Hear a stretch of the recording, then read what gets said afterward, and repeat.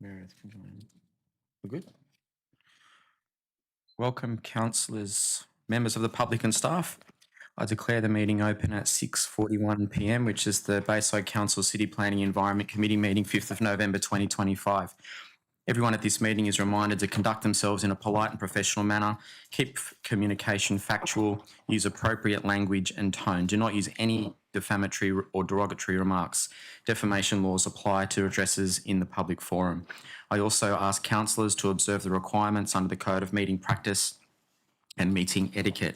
I remind all present that the video recording is an official record of council and may be made available to persons upon request in accordance with the Government Information Public Access Act. No other recordings are permitted. Item number 1, acknowledgement of country. I'd like to acknowledge the Bidjigal clan, the traditional owners of the land on which we meet and work, and acknowledge the Gadigal people of the Eora Nation. I pay my respects to elders, past and present. Agenda item number 2 is apologies, leave of absence, but I note that all councillors are present. Item number 3 is our disclosures of interest. Is any councillors present have a disclosure of interest on the agenda tonight? There are no disclosures of interest. Item number 4 is the minutes of the previous meetings with 2 councillors present. I'd like to move Councillor Barlow, second Councillor Strong. All those in favour say aye. Declare that carried. Thank you. There are no items by exception tonight, and we can move straight into the public forum.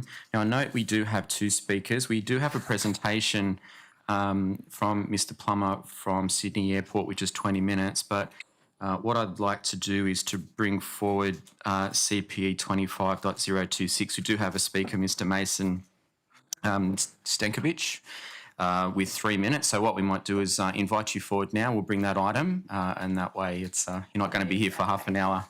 That's moved by Councillor Curry, seconded Councillor Barlow. Thank you. Okay, over to you. Thank you. Hello. Yep. Thank you, Mr. Chair. I'm here to speak on behalf of the applicant Abacus Group in relation to 204 Ruppy Point Road. This is the second time this has been before this panel at a finalisation stage. The planning proposal relates to a height plane clause. In the most recent council meeting, the majority of councillors abstained from voting because they weren't fully understanding of what the planning proposal actually sought to do.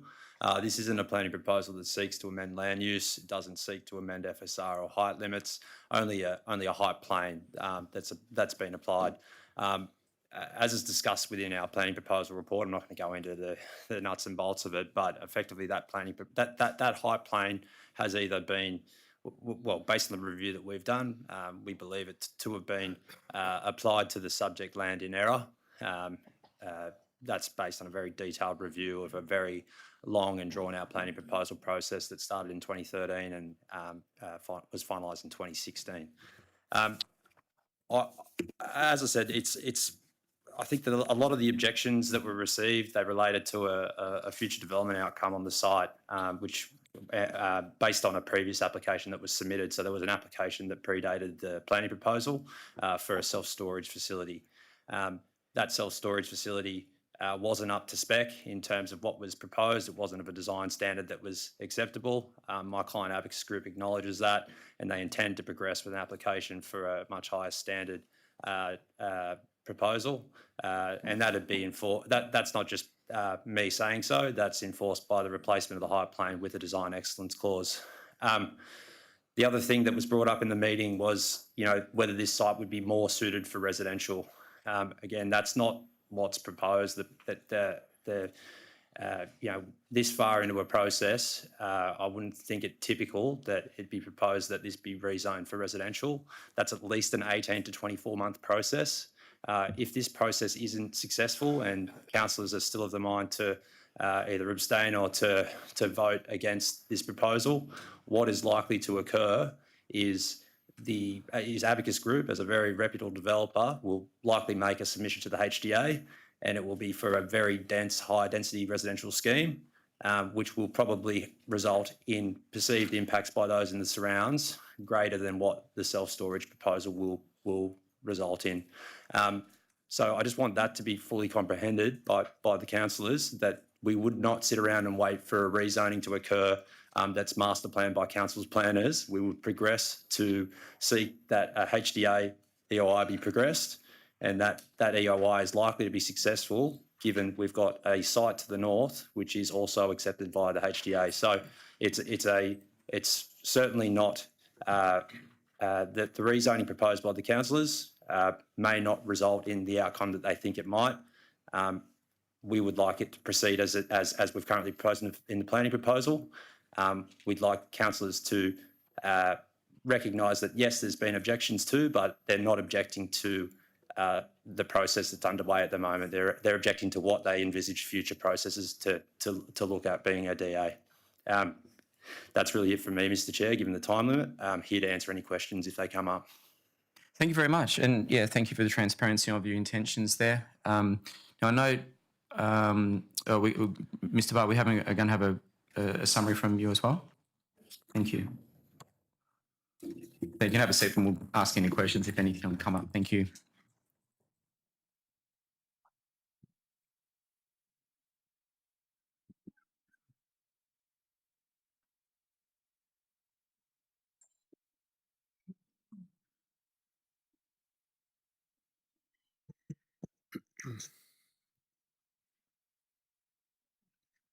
Okay, just a quick recap on the location.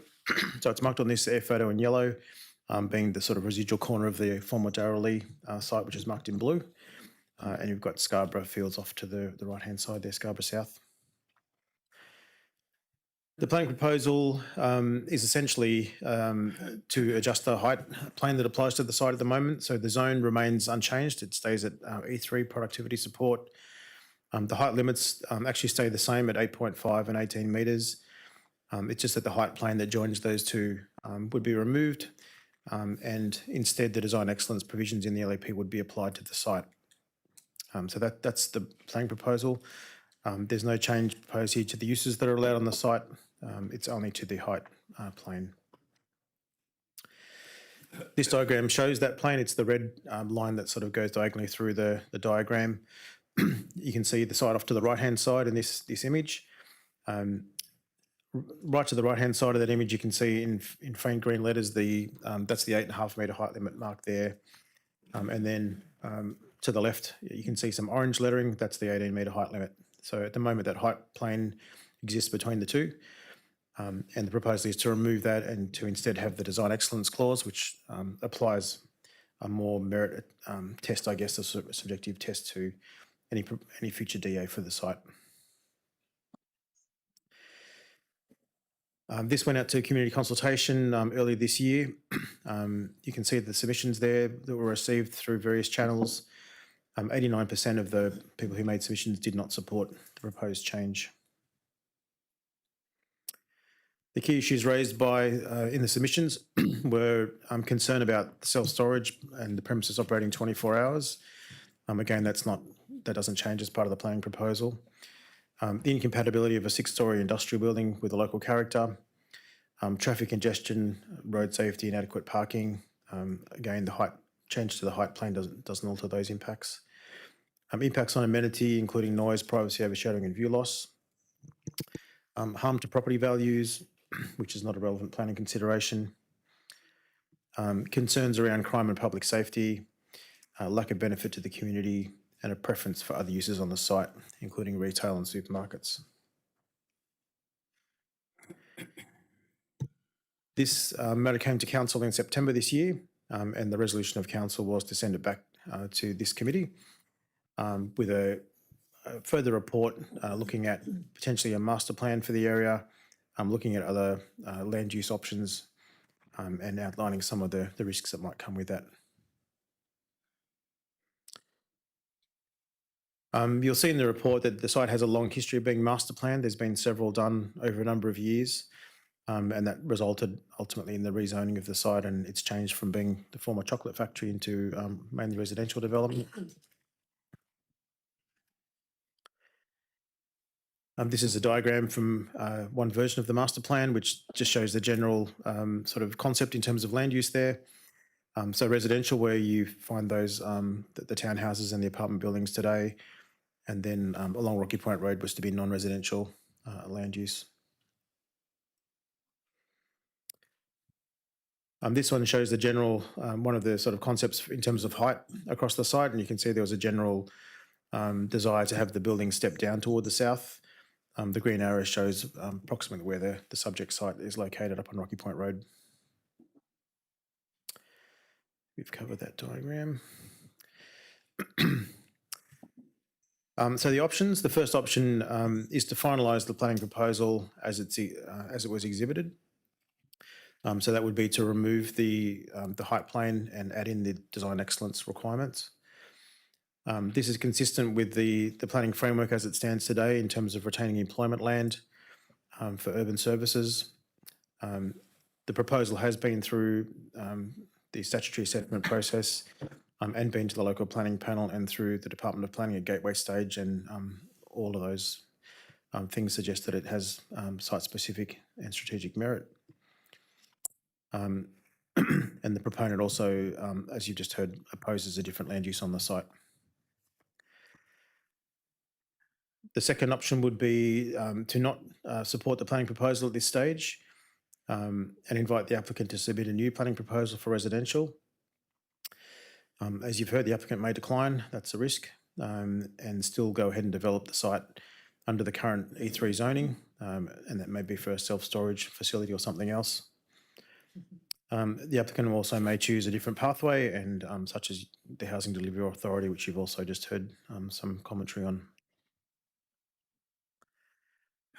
The third option would be for council to amend the current planning proposal to look for residential zoning, and that could be at all different scales, depending on what council thinks is appropriate there. It would, however, need to be justified by a number of new technical studies. Because the current planning proposal only sought to amend the height plane, there's nothing that's been submitted that talks about implications in terms of traffic or solar access or other things that you might want to look at if the use was to go to residential. So at this stage, if the proponent's not willing, then council would need to prepare and fund those studies. We'd also need to go back to the Department of Planning for a fresh gateway determination, given that what they approve for exhibition would be substantially different.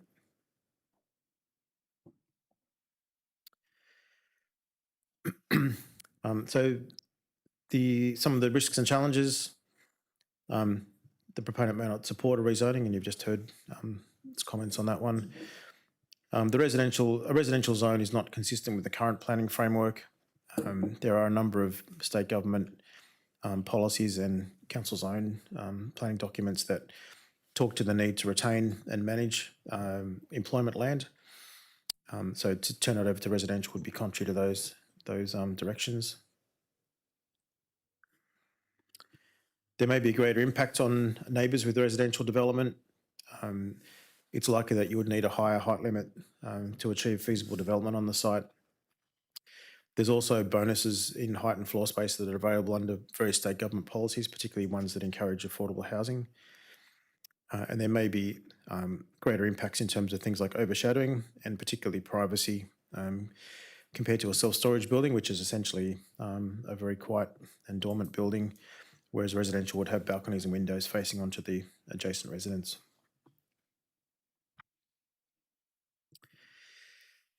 The resolution of council asked about precedents, and so there is one right next door. So the site to the north, marked in yellow there, is the subject of a HDA expression of interest, and it's now been allowed to go down the state significant development pathway.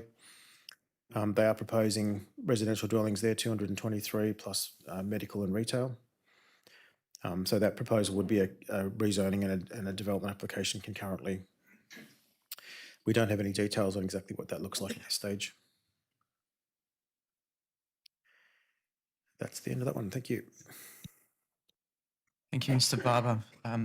With the previous move and seconder, that was to actually adjust the order. So we need another mover and seconder for this motion. Moves Councillor Curry. Second. Councillor Strong. Okay.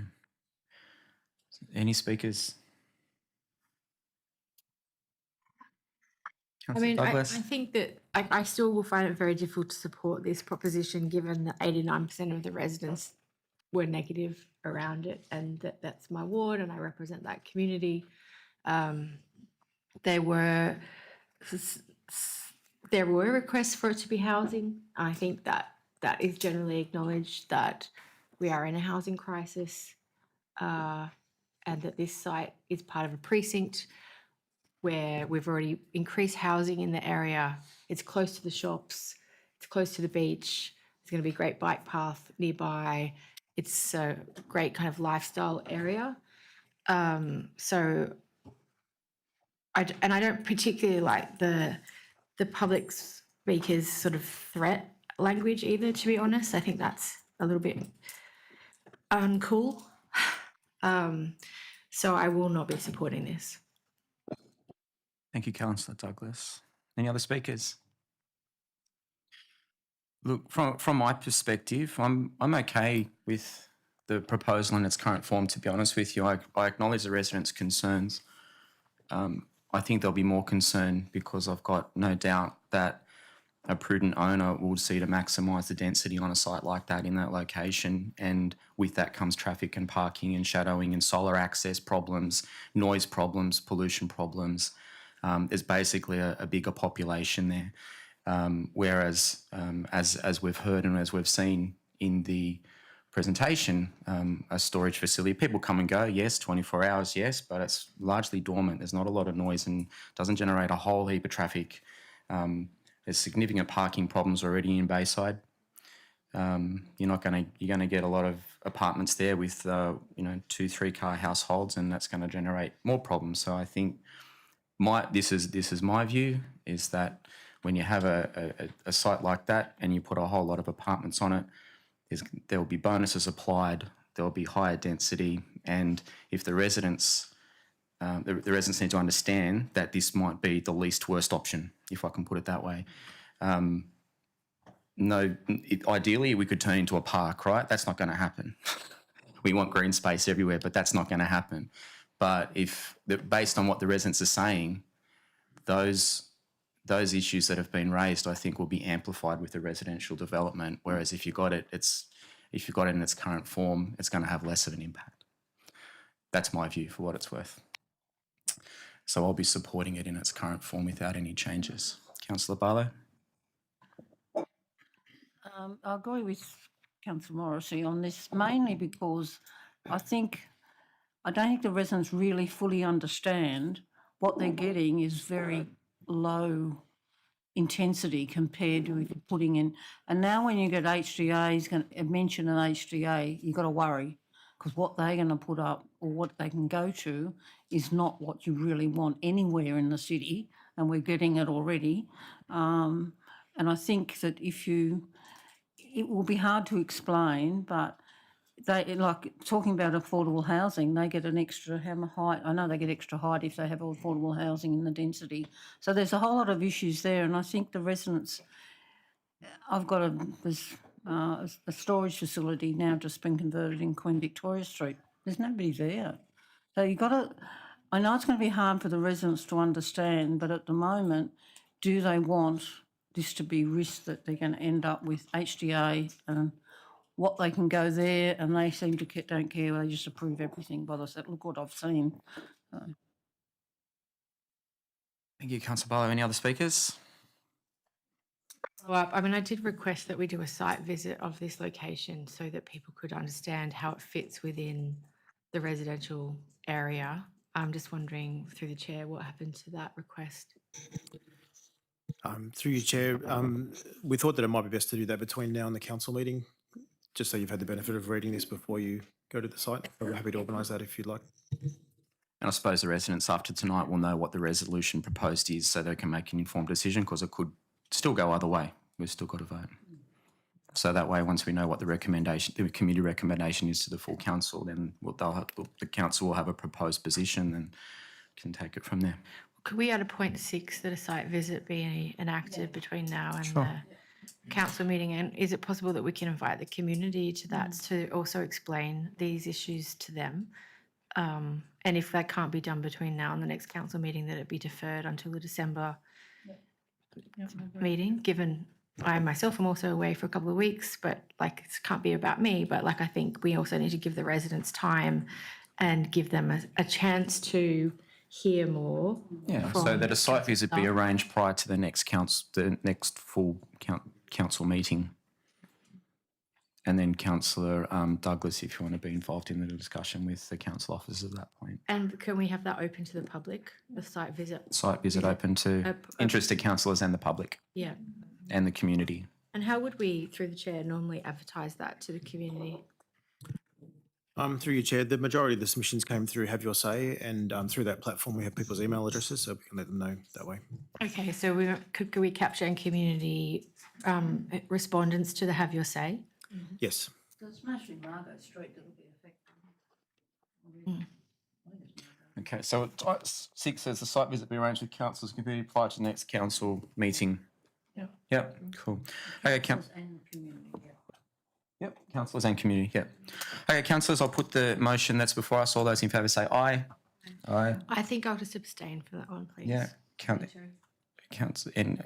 Councillor Douglas and Brederhoff are abstaining. But if we agree with option 2 or 3, the housing, is that still saying? We've just put the vote, councillor. We're not going. You had 3 opportunities to speak. You can recommit it if you want to. Okay, that's abstention. I'll just call a division so we can be clear on this. Thank you.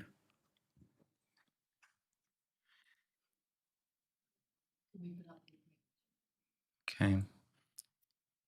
Councillor Kassim. Abstain until after the site visit. Okay, so you're abstaining. Okay. Councillor Douglas. Abstain. Councillor Curry. Councillor Barlow. Councillor Strong. Abstain. Councillor Brederhoff. Abstain. And I'm for. So where does that leave us? Because there's no second option. Councillors, that's right. Could I suggest that there be a foreshadowed motion that just point 6 be considered tonight? So you just do Okay, the foreshadowed site motion visits. that point 6 be considered. Moved by Councillor Kassim, seconded Councillor Curry.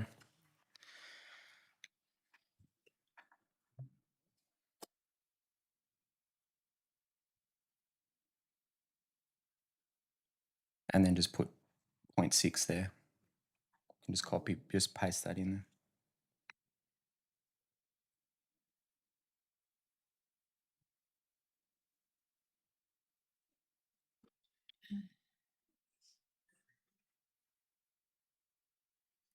Daylight savings. Not that there's any lights when it's available.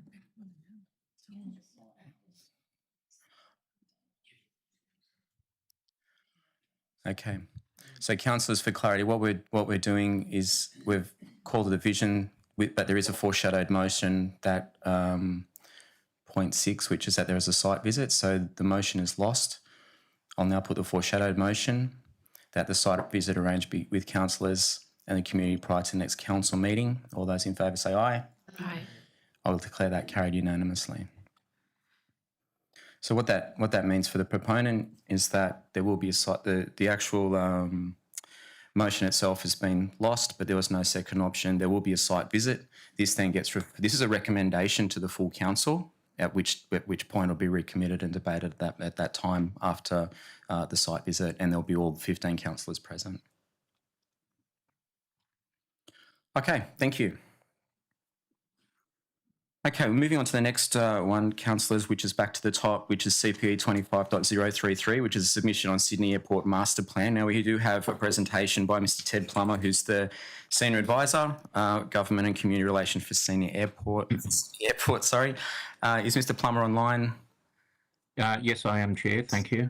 Thank you. So we've just allocated a 20-minute slot for your presentation, and I'll hand over to you. Okay, thank you. I'll be as brief as I can. Thank you. If the presentation could go up.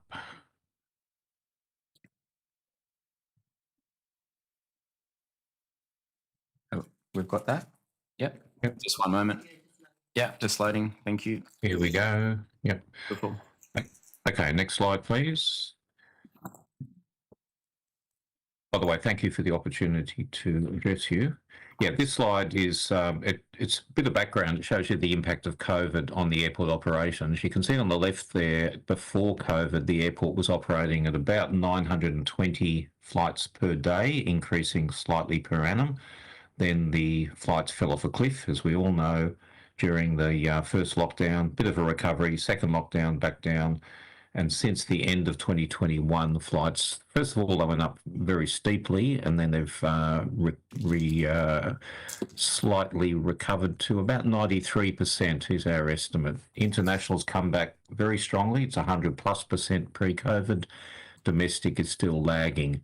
We think that's because more people are working from home, saying, for instance, I don't want to fly to Melbourne to do business, I'll just do Teams. So that's a significant impact on Sydney Airport. That kind of graph is probably consistent with graphs around Australia for other airports. Next slide, please. We are exhibiting what's called a preliminary draft master plan. I stress the words preliminary draft. We are on exhibition until the 12th of December. This master plan looks forward 20 years to 2045.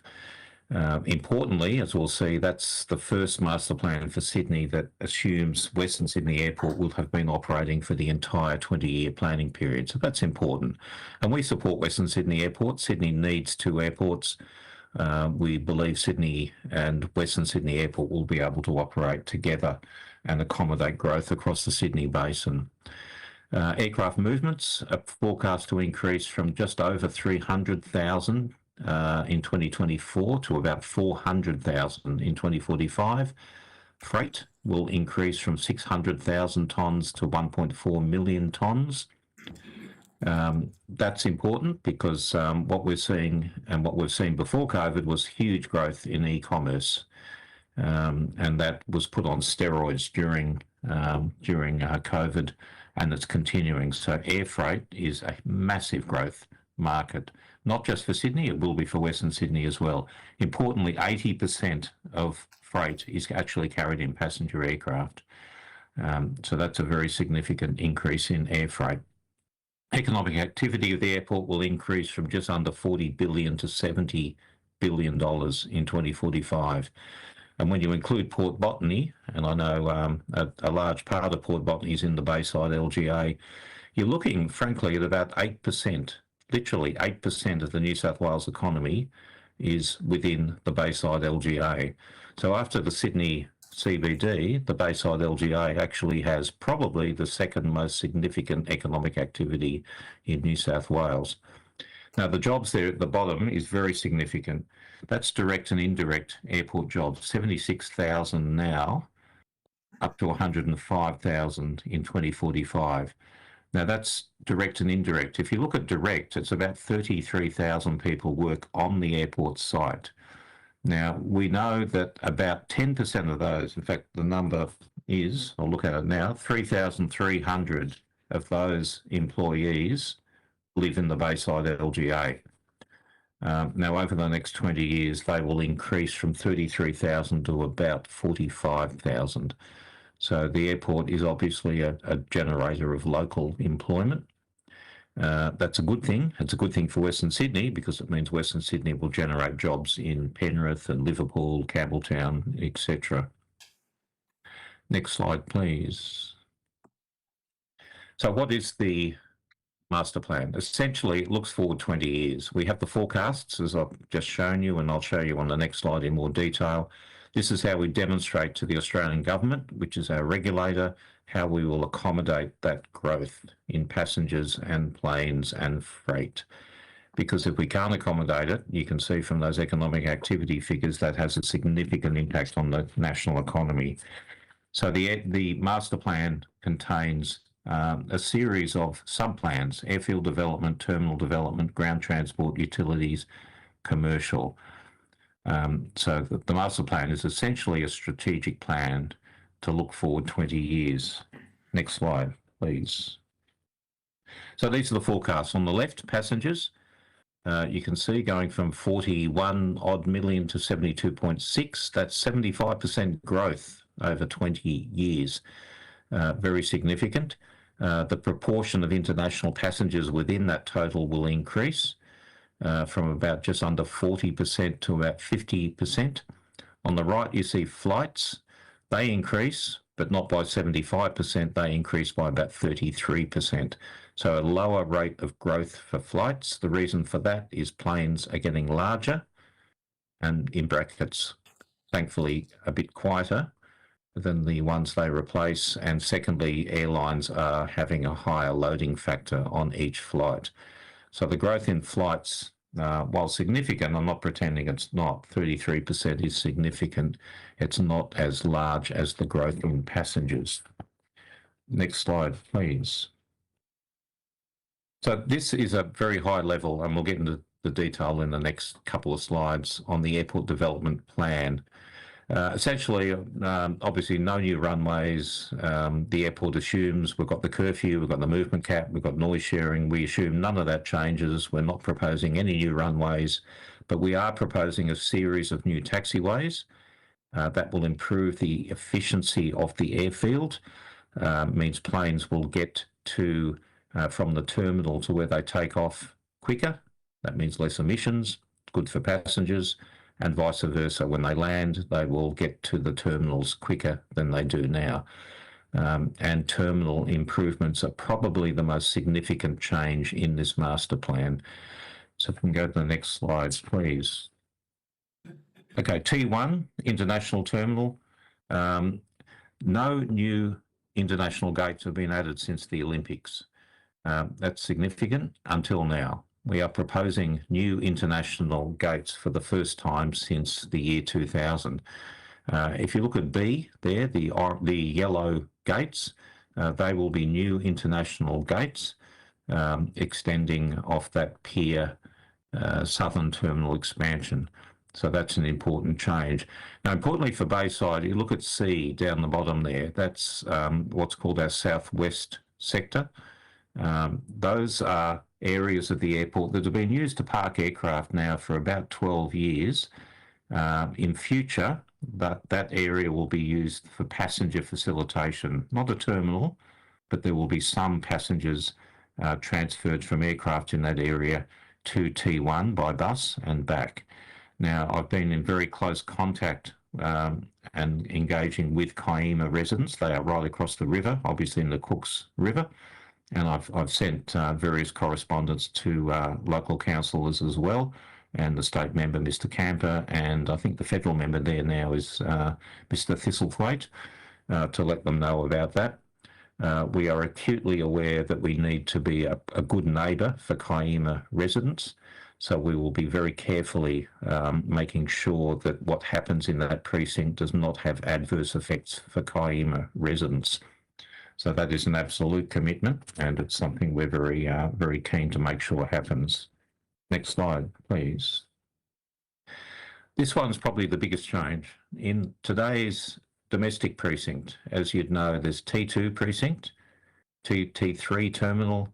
In future, you'll see one, they will join. T2 and T3 will join at that end. So that terminal will become essentially a single terminal, and crucially there will be international flights allowed to operate from that side of the airport. So that will no longer be a domestic precinct, it will be domestic and international. So that is a big change. We believe it will be important because it will improve the passenger experience. The transfer product at Sydney is not good. If you're flying international or domestic or vice versa, to transfer across the airport if you're transferring flights is not good. We recognise that. So we want to get some international happening on that domestic side of the airport. So that is a big change. If we go to the next slide, you can see, hopefully the image will appear on the left. Otherwise, there we go. It's called the Eastern Expansion. So the blue is the new connection between T2 and T3. So that is a big change. That will be an important change.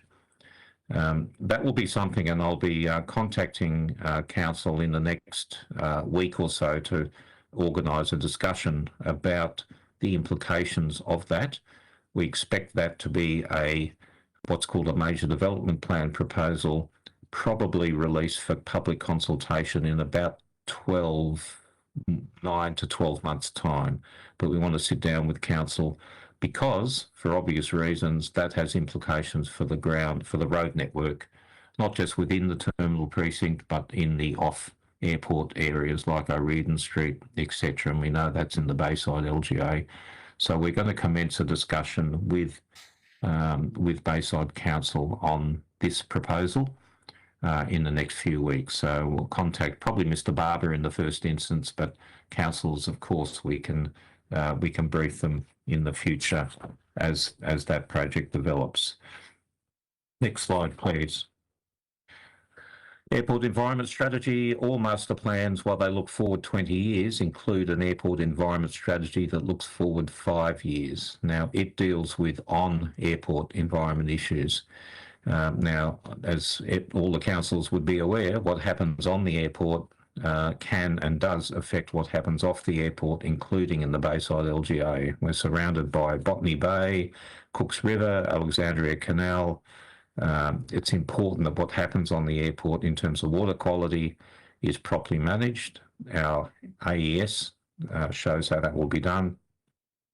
It says managing noise. It's specifically ground-based noise in this instance. Like Kiama, we need to make sure that what happens on the airport in terms of noise is not adversely impacting people who live in Kiama or Mascot or places like that. Flora and fauna and heritage. The airport's been there for 106 years. It's been significantly modified. Some may be aware the Cooks River actually used to flow through the middle of today's airport. It was moved to the west in the 50s. But there are still around our wetlands some flora and fauna issues we need to resolve. We've been working very closely with the Gujaga Foundation at La Perouse about Indigenous cultural heritage issues. The bottom there you can see we have a commitment for net zero emissions by 2030 for our own operations. That includes 100% renewable electricity by the end of this year, energy efficiency upgrades and the like. But obviously with aviation, 99% plus of emissions come from aircraft in flight. So we've been working with Qantas, particularly to look at sustainable aviation fuel.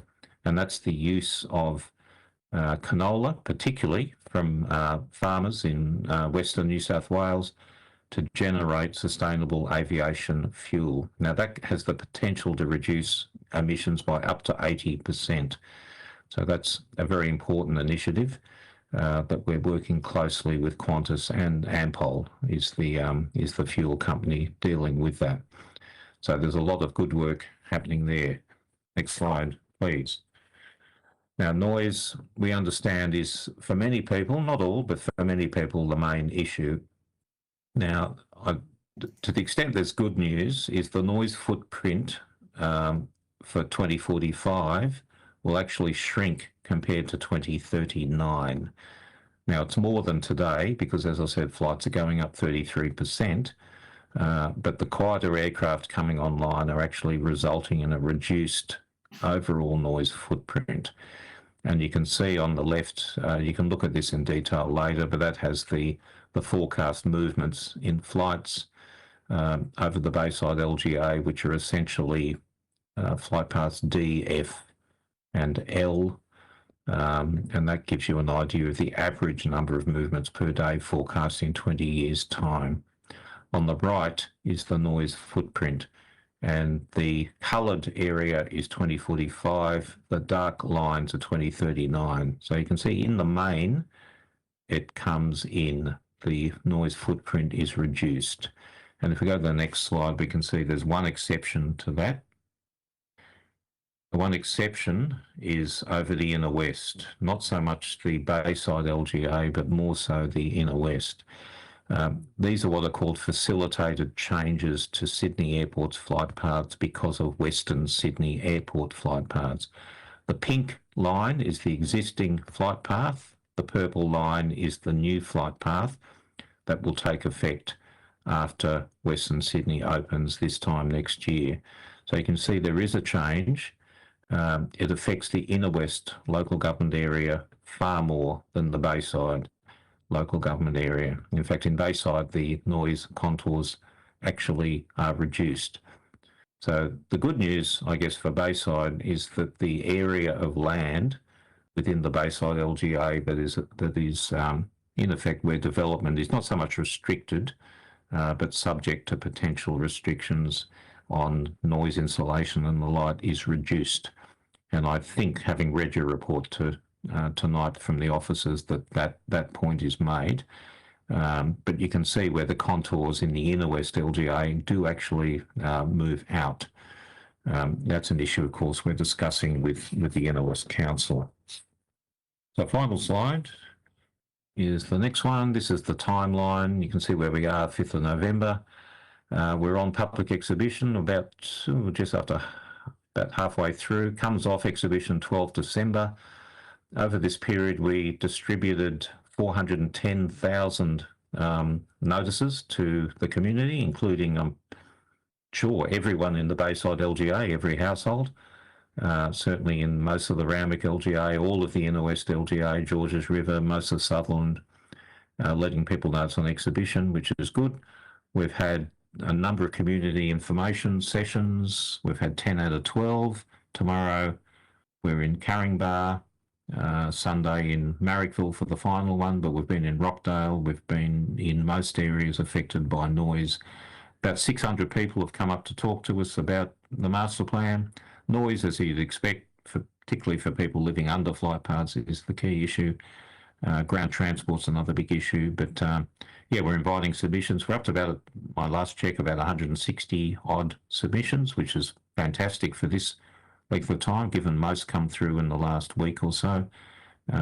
So we're expecting 300 to 400 submissions.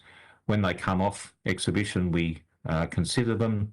We amend the preliminary draft to produce the draft. That's what goes to Minister Catherine King, and she will make her final decision, we would expect, around May, June next year. And when that plan comes into effect, if it's approved, it's there for 5 years and then will be reviewed again in 2031. So that's it. Thank you.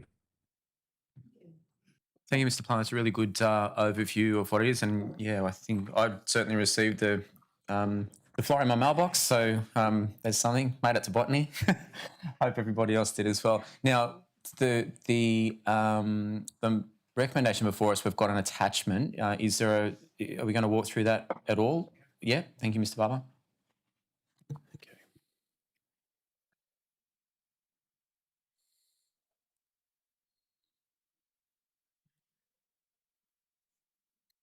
Okay. Oops. Just 1 second. Let me get this in the right spot.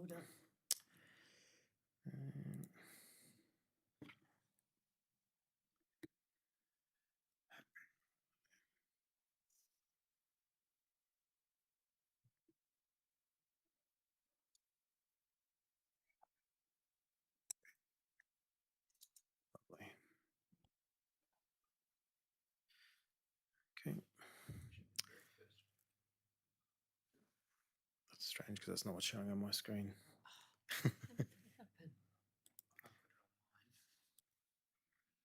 Hang on a second. Yeah. Okay. Right.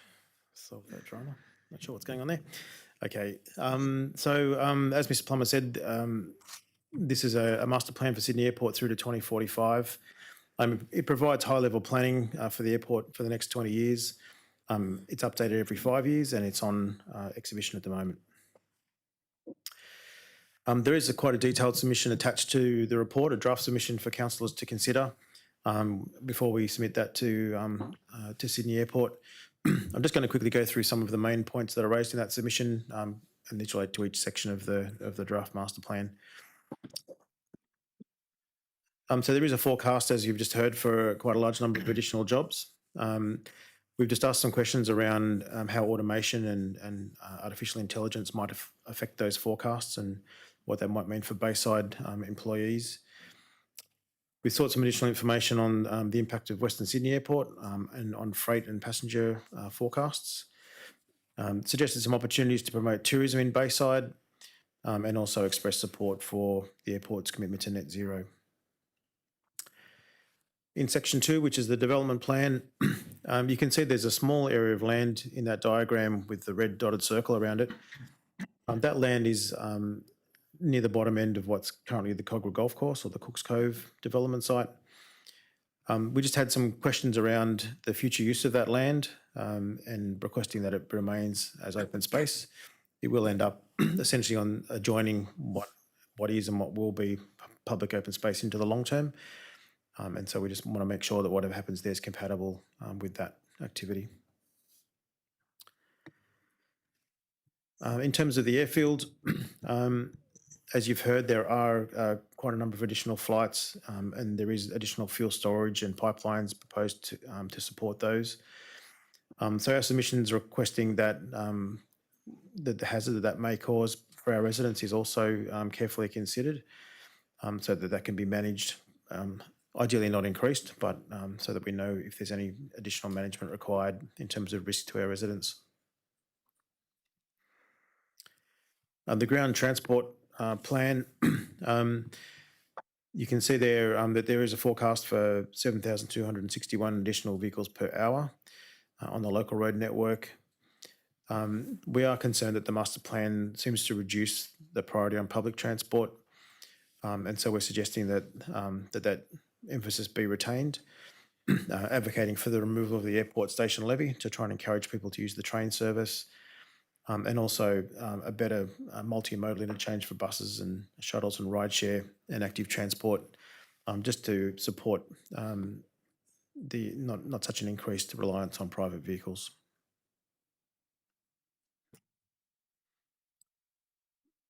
In section 3, the airport planning framework, there are 2 areas of land there you can see circled, and the one on the left is the one that I was just referring to. They are shown as having the zone on them changed. The airport has its own planning instrument, if you like, under federal law.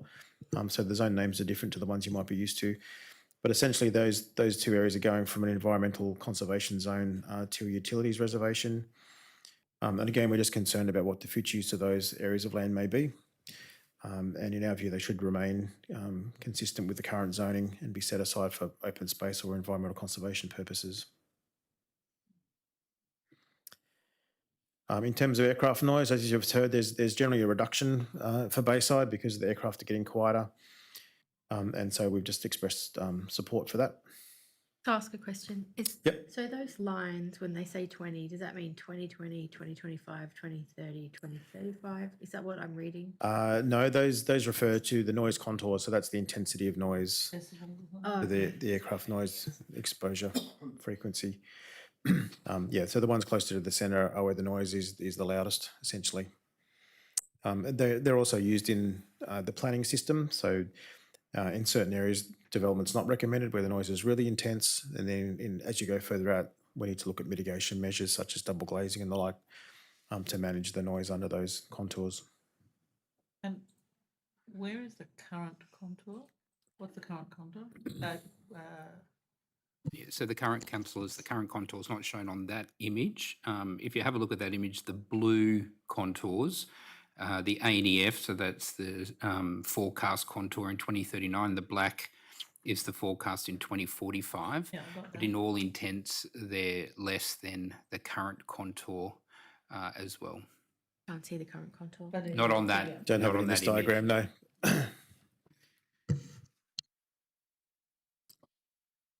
The airport environment strategy. So we've just raised the issue as to whether sea level rise has been considered in the master plan, given the location of the airport close to the bay and sea level, and also encouraged the airport to implement FOGO principles as councils will have to in the near future. That's it. Thank you. Thank you, Mr. Barber. So before us is just the actual submission. We're not interrogating the plan itself, but our submission to that plan. So we have a mover and seconder. Move Councillor Kasim, second Councillor Douglas. Any speakers? I have a couple of questions about including a few things, if that's okay. I've got my microphone on, I think. Yes, I think I accidentally left it on. Just airport or Tower Beach, like it's very neglected.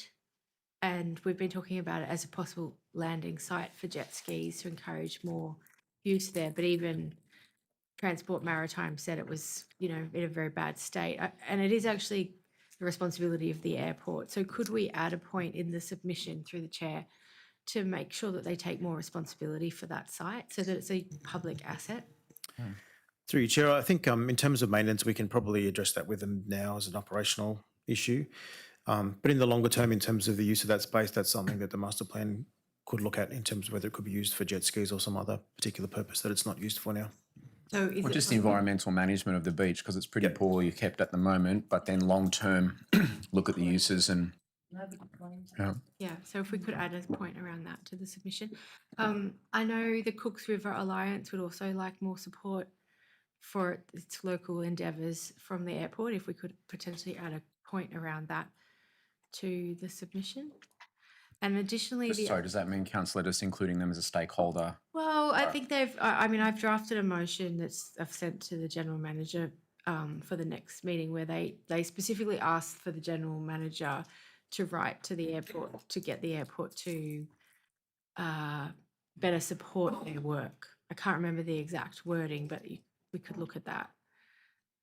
Whether that's probably financially, I imagine. But they are good caretakers of our river. And they have a master plan. Yep. Through you, Chair, again, I think that's probably something we can action now directly with the airport. Or is there an upcoming motion on that, councillor? There is. Yeah, so probably that'd be probably the appropriate place for that. But I take the point that, Yep. they should be considering them. If they're not a stakeholder, at least have them as stakeholder and invite the submissions directly.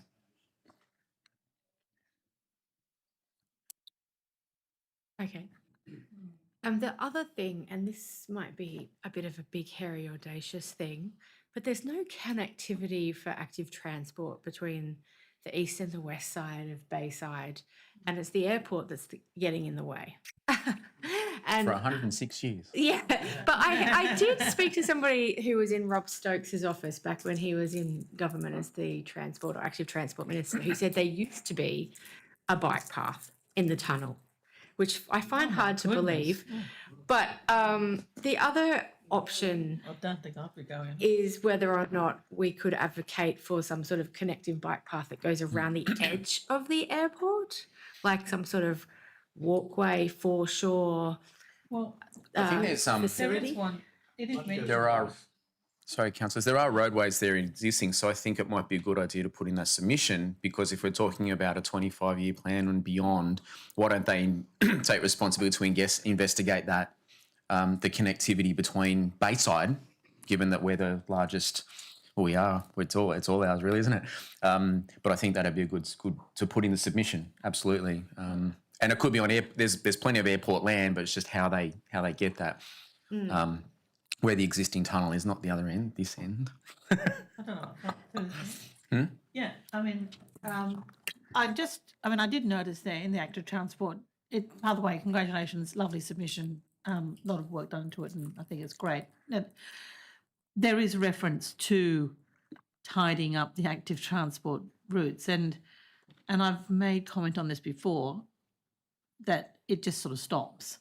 But I presumed that is what, like, you've already got it in there, I think.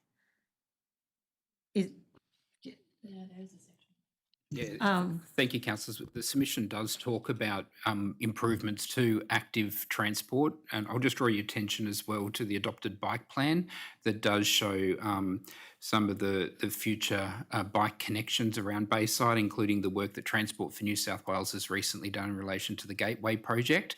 But what we have looked at is how do we better improve connectivity between the east and west of our city. Yeah. Yeah, it'd be good to specify though around that because it's all about the terminal and active transport to and from the terminal, but we need it around the bay. Yeah.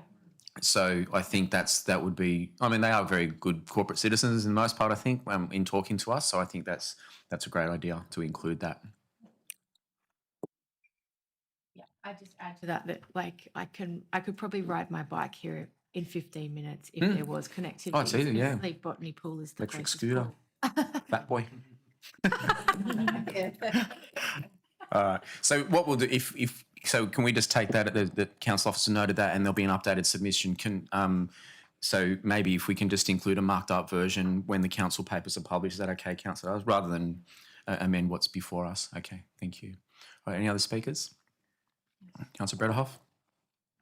Yes, thank you. I also thought it was a good submission. What I don't understand is, and that's maybe very technical, is how is it that the planes are getting larger at this, well, you know, but I know that the Airbus A380 stopped being produced. So I don't get how they're going to increase the people and reduce the aircraft noise. So that's one point. Chair, I think Mr. Plummer might still be online. He's probably better placed to answer that question if he's still there. Yeah, I can. It's a very good point. A380s, before COVID, were being phased out. Post-COVID, there was a bit of a spike back with them. They are being phased out again, essentially because they're too big. 4 engines, a lot of fuel, very costly. So many passengers, very little room in the baggage hold for freight. But still, the A350s and 787s, the larger 737s, the A320s, they are larger than the aircraft they are replacing. So you're correct to say A380s are on the way out, and we think this master plan predicts in 20 years' time there'll be none. Probably in 10 years' time it'll only be Emirates flying them. But every other aircraft will be larger than the one it replaces. And instead of having a loading factor maybe of 70 to 80%, it'll be 80 to 90%. So that's why the passenger growth far exceeds the growth in flights. Yeah, the load I think is the key there. They got pretty not as big as the A380, but you're getting bigger planes and they're full. They've got more people on them. They're being more efficient with the strategically there. Councillor Besic? Oh, sorry, Councillor Brederhoff. I'll Yeah, Uh, I let you have finish. another question. I'm really concerned, particularly if we talk about freight and also the increase in freight and trucks and pipelines. And that's really concerning the truckload that will go through Bexley, as we know.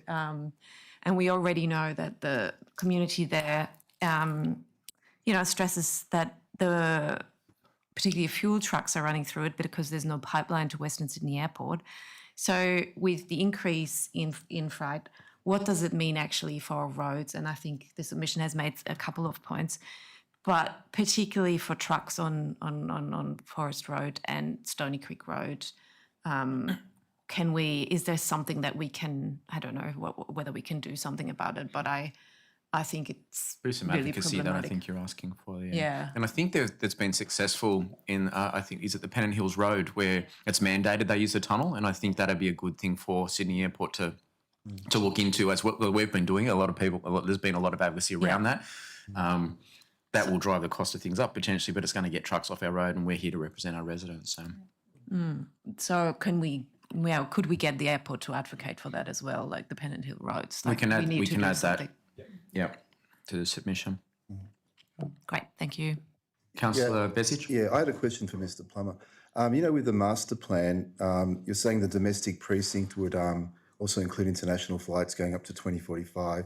Would that create up the domestic slots at all, or they remain the same or increase as well? No, they remain the same. The airport cap of 80 flights per hour remains. So, there'll be no change to domestic, just some internationals operating from that eastern side of the airport. Okay, Councillor Kassim? Thank you. So just, I think I might have missed this, but when you had the next steps diagram up there, so after the 12th, you're going to consider everyone's submissions. There's a little spot in there before it goes to the minister. Is there an opportunity for us to get feedback on where you land on our representations? I guess this is to Mr. Paul. Yep, no, it's a good question. We can certainly respond to Bayside on its on each of the issues raised in its submissions. That's no problem. That'd be great. Thank you. Love to hear feedback. Thank you. Yeah, that's a good suggestion. Thank you. Councillor Douglas? Can I just build on what Councillor Brederhoff was saying? I think what we've heard from the Bexley Chamber of Commerce is that they would really appreciate if the pipeline for the fuel to out to Western Sydney is expedited in its execution, because that will reduce truck movements. So if that could be added to our submission, and additionally, they have requested an alternative heavy truck route from Bexley be also outlined and executed. So if we could please add those to Can the I maybe just ask Mr. Plum, because Western Sydney Airport's owned by a different entity and nothing to, like, this is the Sydney Airport. But I So understand, maybe just ask Mr. Plummer to respond to how that I might will, look. but I mean, I think why I'm asking that is because I understand a lot of the truck movements at the moment are related to the current airport. And so as part of the 25-year plan, this current airport, even without Western Sydney, would, as Councillor Brenner have said, and the growing airport will increase truck movement. So what considerations, to Mr. Plummer, have they made around ameliorating what's currently there, given the stress it's putting under our constituents? Yes. No, it's certainly a very good question. As the chair mentioned, we are separate to Western Sydney, so that's different. I might take that on notice, and I'll get some information from our ground transport team and provide some more detailed information on that, if that's okay. Yeah, if you can do that prior to the meeting, that'd be great, Mr. Plummer, and then we can incorporate anything into our submission to support that response or that position. Councillor Barlow? It would be interesting to see what truck movement comes from the airport compared to the Port Botany, because my understanding a lot of it is from Port Botany, as in freight containers. So it would be interesting to see the comparison. I'm not sure what comes from the airport. Is that something that Mr. Plummer can provide us? His statistics on freight trucks? Have you got that data, Mr. Plummer? I'll try. I'll see if we've got it, but I think that statement was correct. I think the overwhelming majority of truck movements on the local road networks from the port, not the airport. Yeah. But I'll see what information I can get. Yeah. As a layperson, my observation is that there's very short trips into the Banksmeadow area from the airport with all those, I don't know, the storage containers that come off the plane, and there's a lot just locally there, but beyond that, I don't know. Cool. Okay, councillors, we'll leave the recommendation unchanged. However, if we can ask council officers to give us a marked up version prior to the council meeting and include in the paper or as an extra, and councillors present and any other councillors can see that marked up version, which is the recommendations of the committee. Is that okay? Thank you, councillors. I'll put the motion before us. All those in favour say aye. I'm also an aye. I'll declare that carried. Thank you. Okay, moving on to our next one, which is 25.034, the planning proposal for 72 Laycock Street, Bexley North. There's no speakers. We'll just start with a officer's report on that one, please.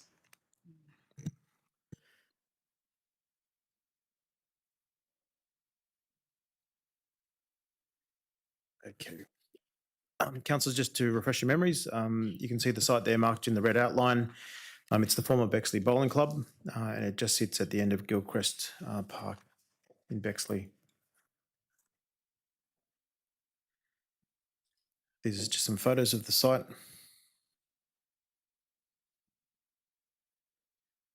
That's where the bowling club previously stood. It's now been demolished. That photo's from September this year. In March 2024, Council resolved essentially to look at rezoning the site and reclassifying it from community land to operational, and to give it a residential R2 zone with a view of ultimately disposing of the site. And the clubhouse demolition was part of that resolution, and that has since been acted on. So the planning proposal that is before you looks to rezone the site R3 medium density. So that's a different zoning to what was originally recommended, and to apply the standard R3 floor space ratio of 0.7 to 1 and a building height of 9 metres. Those controls apply to other R3 zone land in Bayside. It also seeks to reclassify the land from community to operational so that it could be sold. And as part of that process, we need to hold a public hearing because the land is going from community to operational. Just some context, since this process was first thought about in 2024, there's been quite a few changes in the housing regime in New South Wales, or Sydney in particular, in response to the housing crisis. And one of those is the low mid-rise housing policy. So it applies to land within 800 metres of Bexley North Station. Generally speaking, it's not a regular shape, but that's the general radius. The land that's directly opposite the site, not the park, but to the north, is within the LMR policy area. Essentially, what the LMR policy does is where it applies to residential R2 zoned land, it effectively makes that land residential R3 medium density. It doesn't change the zoning, but it does allow additional types of development like townhouses and terraces and small flat buildings, and it increases the floor space ratio to try and facilitate that high density of development.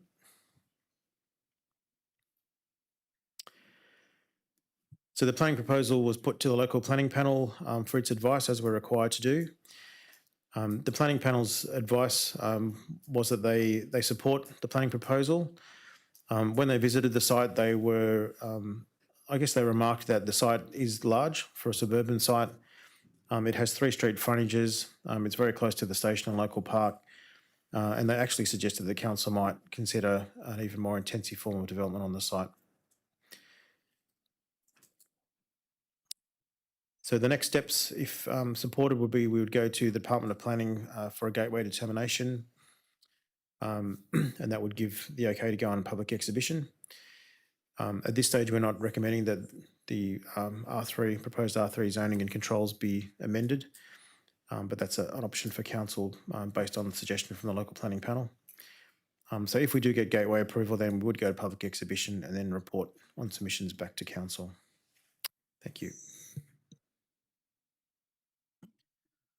Thank you, Mr. Barber. Have a mover. Councillor Barlow, did you want to move that? I'm just going to move a different recommendation, that we do the original resolution, which was R2 zoning, and then I'll speak on it after. Someone second? I'd like to go back to what? I'm just moving that we go back to R2 zoning as we resolved, and the residents have been, had a hell for 8 years there. So I'm just moving the R2 Councillor zoning. Douglas, sorry, Councillor Barlow is moving an alternative to the recommendation before us, which we can do, but we need a seconder if there is a seconder on that, which is to the first one. Is there a seconder for Councillor Barlow? I'd like to hear the discussion before. What I'd like to know before I move it was, the decision of council was R2 zoning. So who made the decision to change the decision of council, but without the councillors knowing about it? Till I read it, and it is totally low density there. There's all dual locks being built all along there, but nothing else except in St Kilda Road. Before we debate, let's just follow due process. So if there is there a seconder for Councillor Barlow? Is there a mover for the original motion? Councillor Bredelhoff moved the original motion. Any seconder? I'll second it.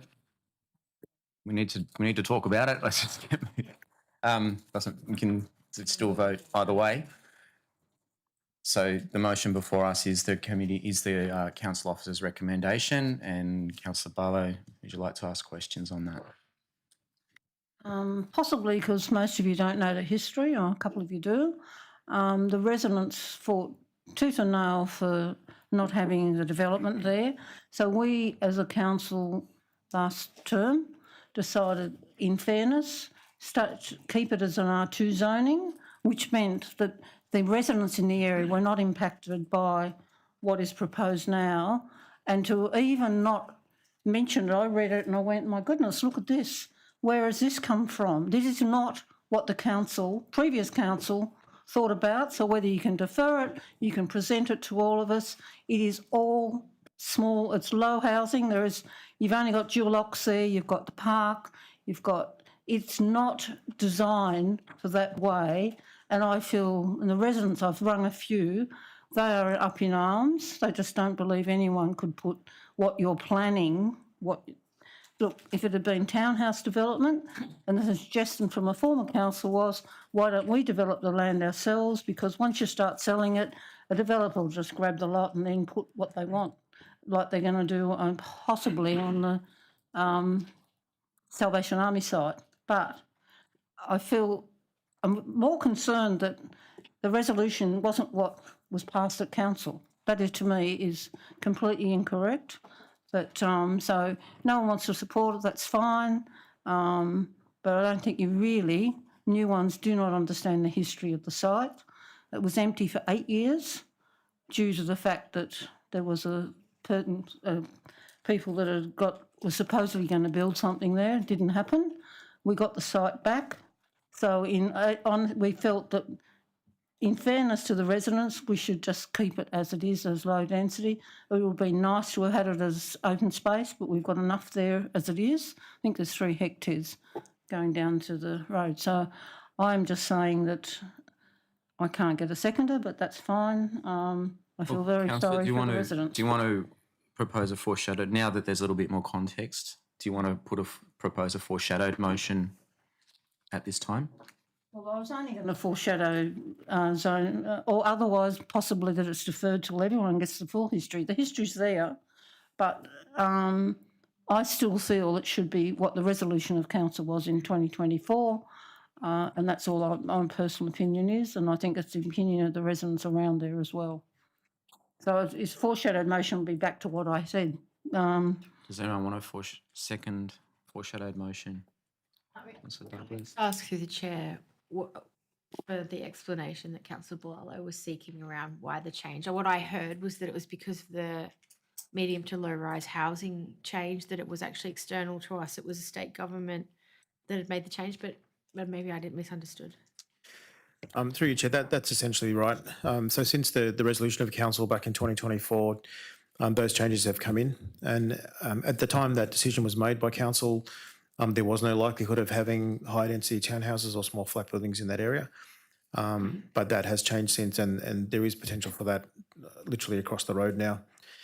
I guess what we're also trying to do is navigate for council a path where council will get the best return for the community in terms of the value of the site, but being responsible in terms of the density development that's allowed on there. The planning panel has suggested that council could look at an even higher density. We're a little concerned about that in terms of how that might play out for the community. So we consider that the R3 zone with the controls that apply elsewhere in R3 was the best fit for the site.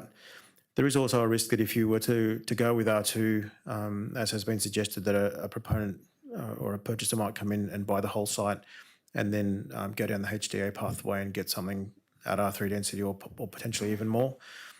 So our thoughts were that R3 would put a value on the site that might prevent that from happening. And if you had it at R3, someone could come in and take the lot. So that's why this former council suggested that we were the ones that actually individually, or even if you sold half of it, so that was one of the suggestions. I mean, I'd actually move a foreshadow motion that we go out to consultation first. Don't prove anything until you find out what the residents want. They've been, for 8 years, I had this empty building there, nothing being done. They fought tooth and nail each time the plans were lodged. So possibly you can go back to front. And I thought we were going to consult with the residents. No point doing it after the fact. Consult with them first. Maybe Mr. Barr, you can give a summary of the steps, because I know, and it goes to for Gateway, that there is a public hearing. There is also consultation as a result of that. So just for the councillors present, if you can just summarise what that process looks like, please. Yeah, certainly, Chair. So if council was to support this recommendation, the next step would be to go to the Department of Planning seeking a gateway determination, and that is getting their approval for it to go to public exhibition. So public exhibition will be the next step. Because we are also looking to reclassify the land from community to operational, there's a requirement to have a public hearing on that particular matter. So a public hearing would be part of that consultation process as well. All of that feedback would then come back to council to decide whether council wanted to proceed with it or change it or not proceed with it. Okay. Yeah, I think the concern is the density impact, where I think there's visions of R2, which is houses and a dual lock and things like that separated. But I must say we've got some a good example is probably the new townhouses in the Barter development facing Heffron Road, which are surprisingly policy. Councillor Kassim, sorry. Yeah, I was just going to ask, thank you, about what consideration when you were considering floor space and all the rest yet has been made to affordable housing, and whether this does enhance the possibilities of that happening as well. Through you, Chair, the current planning proposal doesn't include any affordable housing requirement. I think early on there was a scenario put to council where it might develop the site or put it to that kind of use. And that could happen regardless of whether this planning proposal goes through or not. I think the site is probably too small to look at an affordable housing contribution. And at this point in time, we don't have that mechanism in our LEP where council has resolved to do that, but that's a process that will take a little longer. So at this point in time, essentially, there's no consideration of affordable housing. Yeah, that's not that it's ruled out completely though. This is just the initial rezoning to see what can be done. So all those are after. It's not impossible. We can absolutely achieve that at some point. It's not ruling it out. Well, we own the site. This is not a developer taking the site, so we can control the destiny of this site, and that's what's very unique. Most of the time we're talking about planning proposals, we've got proponents coming to us externally and we're talking to them. This is where we control. So, when we're talking about that at the next stage, the first step is to see if the outcome of the gateway determination after the consultation, the public hearing, etc. Then, as Mr. Barber said, it'll still come back to us, and even at that point, could still be refused by councillors as a proposal. But this is just doing those investigative steps. Councillor Douglas? I just had a question. I've had quite a lot of people in the community asking me if there was a way that council could stipulate or advocate for more 3-bedroom apartments, because a lot of apartments that get built are 1 or 2 bedrooms.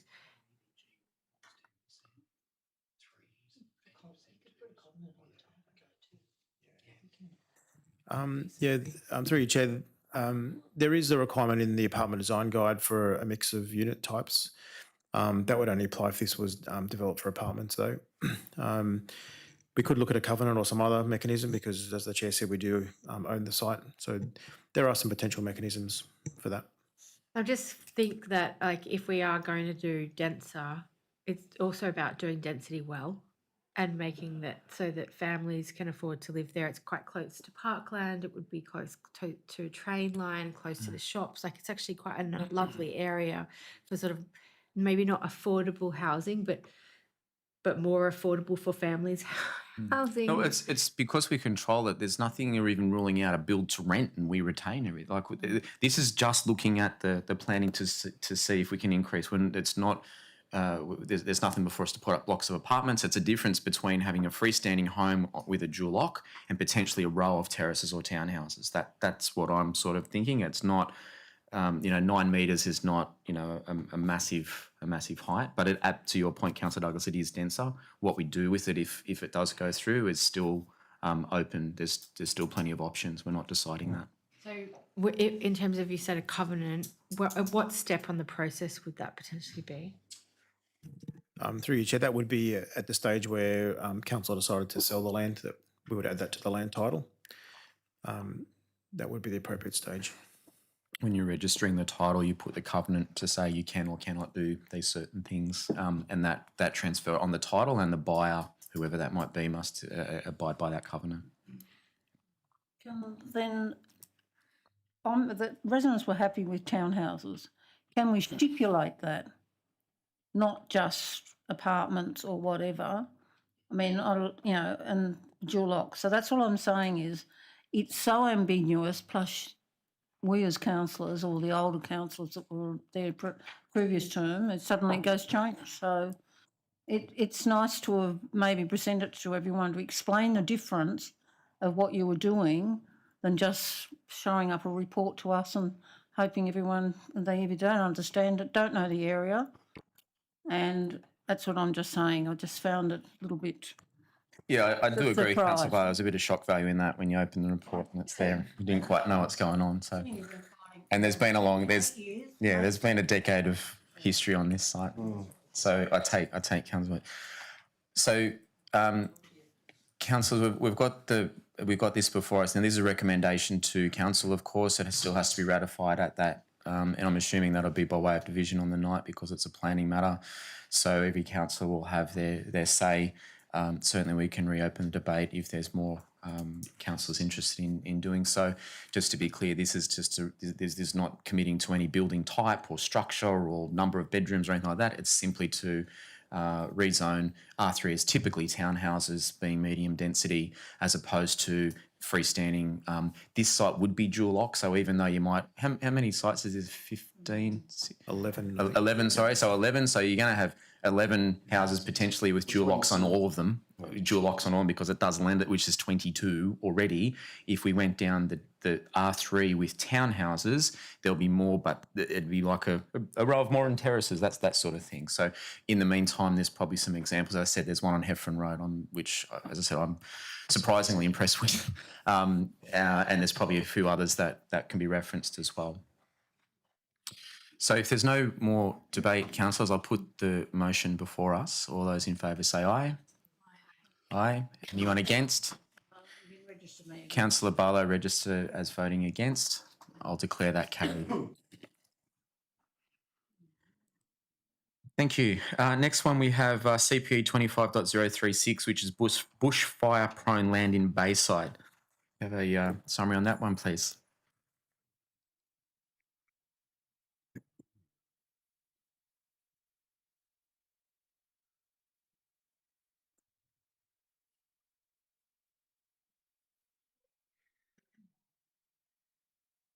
Yeah. Thank you, Chair and councillors. So this report is advising council of a change. It's not to the LEP, but it's to bushfire-prone land maps as a result of Canterbury Bankstown Council and the Rural Fire Service mapping bushfire-prone land within Canterbury Bankstown's council area. Bushfire-prone land, as the name suggests, is land that can support a bushfire. And it considers vegetation mapping, land management practices, clearing, as well as surrounding urban development. So the next map just takes a little while because it's quite a big map. Comes up and shows the area that Canterbury Bankstown has mapped. It impacts parts of Bexley North, Bardwell Park, and Torella. You can see in bright red is the bushland itself, which is actually within or on the boundary between Bayside and Canterbury Bankstown Council. And the buffer area is shown in yellow, and it's that buffer area that extends into Bayside Council.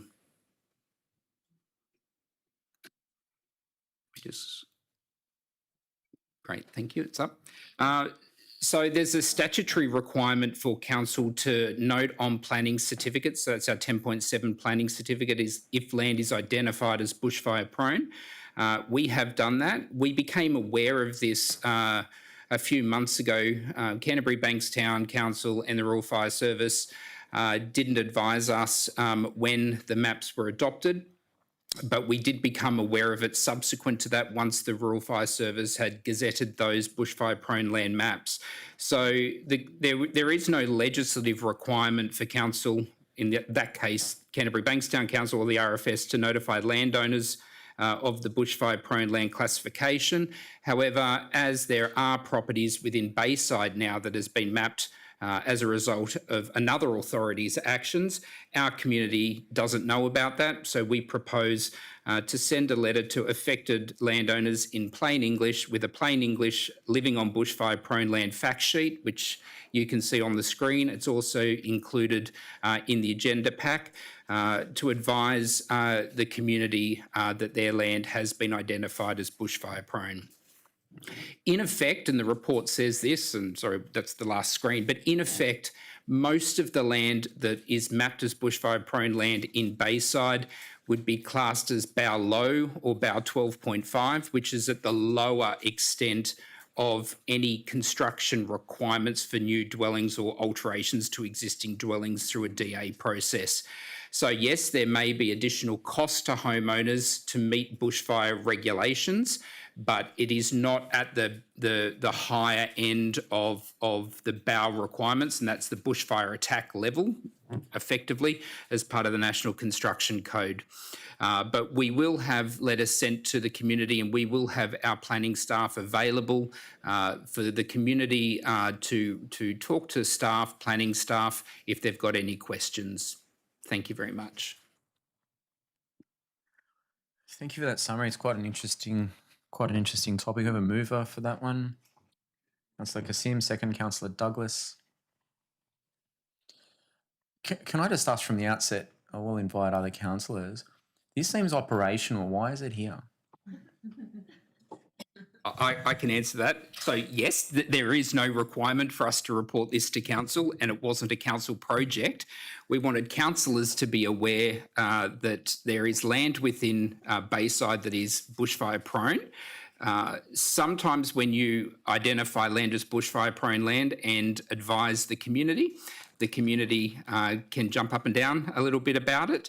So we wanted there to be no surprises, let you know that this is what's happened. It wasn't done by Bayside, and to make it clear that you know that we're going to be sending correspondence out to the community, what that correspondence is, as well as the fact sheet that accompanies that.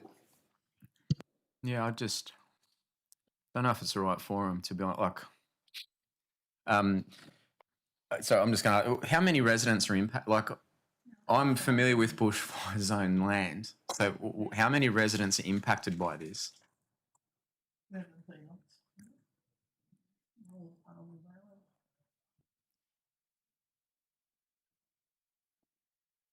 Chair, there are 330 lots within Bayside now mapped as bushfire prone land. Sorry, how many? 330. So, so I think it's something that you're a bit damned if you do and damned if you don't, because as soon as you've got bushfire prone land, it affects your planning, it affects your insurances, it affects the maintenance of your property, and that's a significant cost. It's just, I'm just a bit confused. As I said, at least it seems operational. And then if we don't say anything and there is a fire, they say, well, council knew and they should have told us. So, Through the chair, yeah. this would be similar to the way we report to you on flood-prone land. Yeah. Because when we have no choice but to notify and let people know that this has happened, it will be on their planning certificates, and we really felt it was important for you to be forewarned in case you start to get questions and comments coming back to you. I'm also aware that there is a lot of chatter about this in our sector, in the industry, from other councils who are really struggling with trying to work out how they're going to handle this in their local government areas. So you might hear about that at the annual conference. Yeah, well, I appreciate the sentiment. Look, it's here now. We know about it. Councillor Kassim. So I was just going to ask, I have to say, I found it hard to read this map. I couldn't really, it's just too hard for me to really tell what street's what. So is this, it looked as if it might cover some of the Todd area. Is that right? Does it overlap any of the Todd?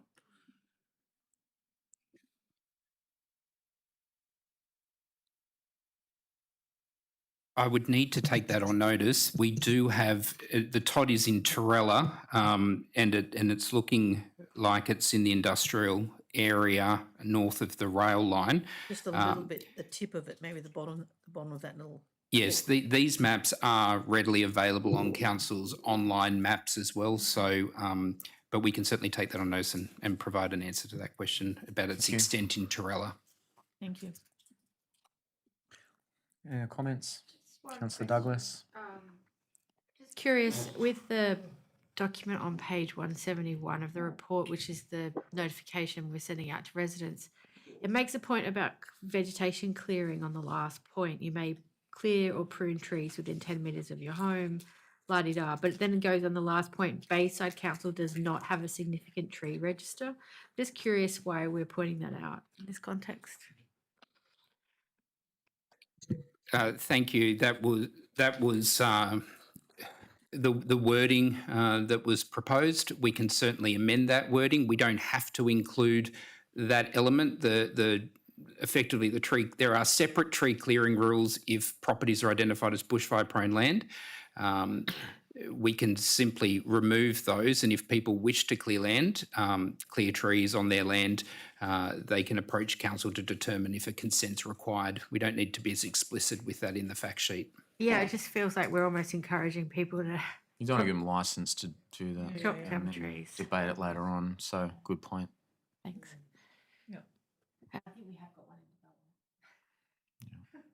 Okay. Any other comments, councillors? If not, I'll put that motion before us. All those in favour say aye. Aye. Aye. Hello. There we go. I will declare that carried. Thank you. Is it getting late? Okay, the last one tonight, councillors, CPE 25.037, which is the proposed planning agreement with the DA in O'Riordan Street about the signs. If you can have a summary on that one, please. Yeah, thank you, Chair. So this is a VPA in relation to a DA that's seeking advertising signs on that site. It's on the Gateway building on O'Riordan Street in Mascot. You can see in the top right-hand corner of the image on the left, the location of the sign, and in the bottom right, you can see the location of the Gateway building. So, as I said, there's a DA currently under assessment by Council's Development Assessment Unit. That DA seeks removal of the 4 existing signs on that building and installing 2 new digital advertising screens. Those screens are about 10 by 4.5 metres in size. The signs will be illuminated between 6 a.m. and 11 p.m. And the signs are fully contained within the building profile. So that DA is currently under assessment by Council. As a requirement under the Industry and Employment SEP, specifically the advertising and signage component of that SEP, there has to be a public benefit provision entered into with a proponent and council linked to the display of advertising signs. So consistent with our VPA policy and other negotiated VPAs, we have negotiated a 700 square metre annual contribution, $700 per square metre, I should say, annual contribution indexed to CPI. Traditionally, the rate that's been negotiated is $555 per square metre, but more recently, based on an analysis of other signs and what other councils are doing, that has increased to 700 square metres, which the proponent has offered. So that equates to $31,500 per sign face, $63,000 per annum total as revenue for council. And that revenue will be allocated to the advertising sign planning agreement revenue reserve. It's a long name, so effectively the signs reserve. And that reserve is used for road, pedestrian and cyclist safety initiatives. Okay, so the VPA details, it's pretty standard VPA. We have the offer at the moment. If the offer is endorsed, we will then draft up the VPA suitable for public exhibition. It will contain standard dispute resolution provisions. It will have a bank guarantee requirement to secure the developer's obligations under the planning agreement, and the developer will be responsible for reimbursing council's legal costs incurred in negotiating and executing the planning agreement. The offer has been reviewed by council's legal advisors, and I can advise it is compliant with council's planning agreements policy and the practice note on planning agreements issued by the Minister for Planning. So the recommendation before you tonight is to endorse the offer, council staff to then prepare and publicly exhibit the draft planning agreement, and that council delegates authority to the general manager to negotiate and then finalise the VPA post-exhibition. Thank you.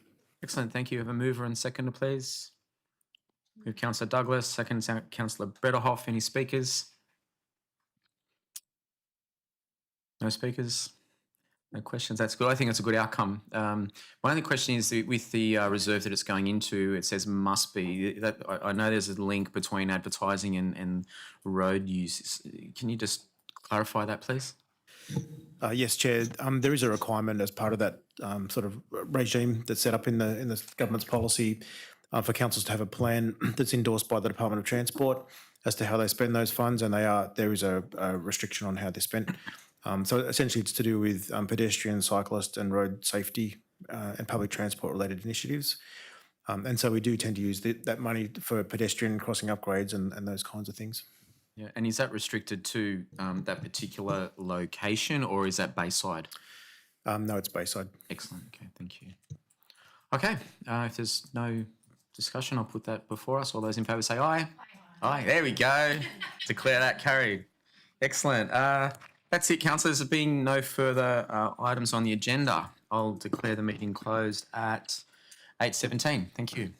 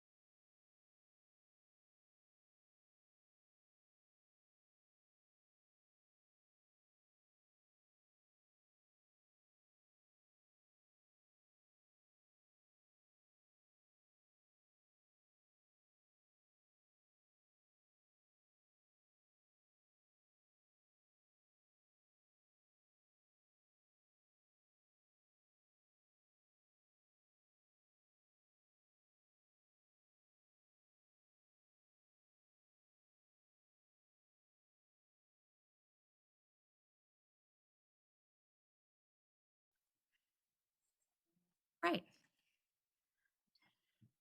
And we're live. Welcome, councillors, members of the public and staff. I declare the meeting open at 8:21 p.m. City Works and Assets Committee meeting 5th of November 2025. Everyone at this meeting is reminded to conduct themselves in a polite and professional manner, keep communication factual, use appropriate language and tone, do not use any defamatory or derogatory remarks. Defamation laws apply to addresses in public forum. I also ask councillors to observe the requirements under the Code of Meeting Practice and Meeting Etiquette. I remind all present that the video recording is an official record of council and may be made available to persons upon request in accordance with the Government Information Public Access Act 2009.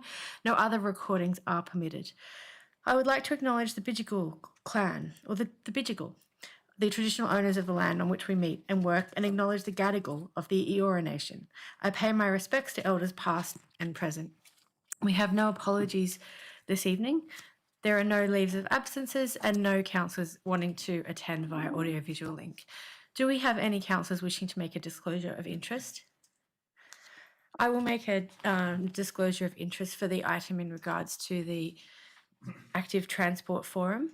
That I would like to declare a less than pecuniary non-significant conflict of interest in regards to some of the people who applied for the committee, which is now becoming a forum. But as we are not deciding on committee members, I will stay in the room for the voting. Does anybody else have any declarations of interest? No? Okay. Can I ask two councillors who were present at the meeting, the previous meeting, to move and second the confirmation of the minutes, please? Councillor Barlow? Yeah. Councillor, oh gosh, Morrissey. Sorry, brain blank. Captain. Okay, great. Thank you. All those in favour say aye. Declare that carried. Items by exception, we do not have any members of the public today for a public forum, so we will move straight into reports. CWA 25.049 Spark Street Reserve, proposed expansion of the off-leash dog park. Do we have a councillor's presentation, staff presentation? Thank you. Thank you. Through the chair, I'm just sharing my screen. Yeah. So Spark Street Reserve is located off Spark Street in Mascot. It adjoins the Lakes Golf Course to the east and south of the site and residential properties to the west. Access to the reserve is via Spark Street and Wentworth Avenue. Oh, it's just taking long to load. So the park is 2,175 square metres and currently contains a small playground and an off-leash dog park, which currently takes up 1,200 square metres of the site. There are ongoing issues maintaining grass cover within the fenced dog park, as it is largely shaded by mature trees and it has exposed tree roots, and this limits turf growth and recovery. So the playground consists of 3 play equipment items that are nearing end of asset life. The existing play space is also within 10 metres of the fenced dog park, which is not permitted under current regulations. So given the small size of the reserve and the existing constraints, it's not ideal to accommodate these 2 different functions. So as part of the dog park refurbishment project that is included in this year's CPP, we were to investigate whether a single use was justifiable. So over a period of 9 months, council monitored the usage of both the play space and the off-leash dog area to identify current usage trends. The dog exercise area recorded over 3 times the number of visitors relative to the playground. So approximately 3,000 visitors at the dog park versus about 950 for the playground. And the average length of stay at the off-leash dog park was also slightly longer than the playground.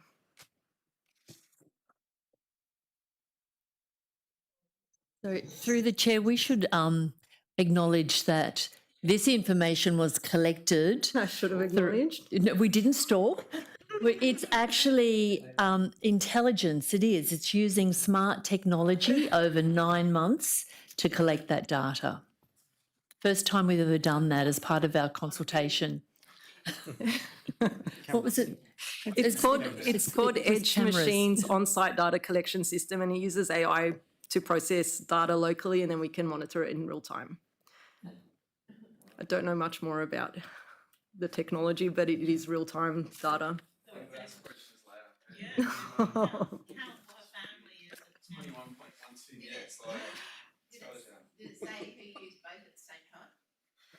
No.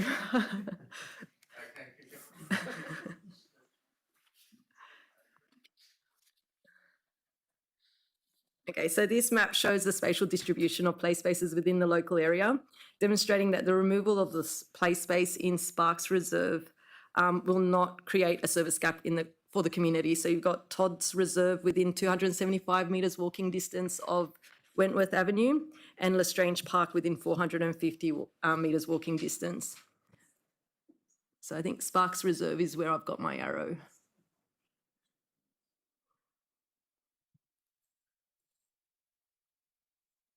So on the other side, Sparks Reserve is the only off-leash dog park in the local area, with the closest park being High Street Reserve in Mascot, which is 1.7 kilometres away. So that's where I got my arrow. So expanding the off-leash dog area would address a shortfall in dog exercise facilities in the area.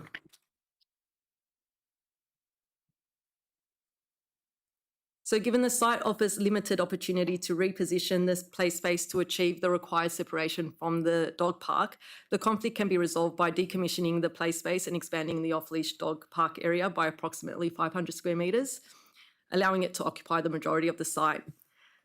This existing seat and bubbler are proposed to be retained and will be located outside the fenced zone. So the dotted line shows the existing fence and the yellow or orange line would show the proposed relocation of a new fence. So if endorsed by the committee today, the next steps will be going to council meeting in November and then notifying the community of the proposed changes. We can then finalise the design and procurement by March, with works completed by mid-spring next year. So that does take us to our recommendations.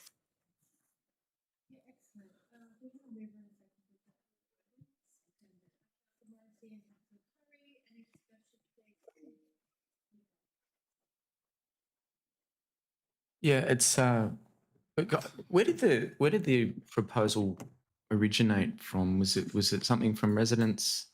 How do we get here? The playground required renewal, so Right. it's pretty old. It's reaching end of asset life. So as Okay. part of looking at that and we've got the dog park on the CPP.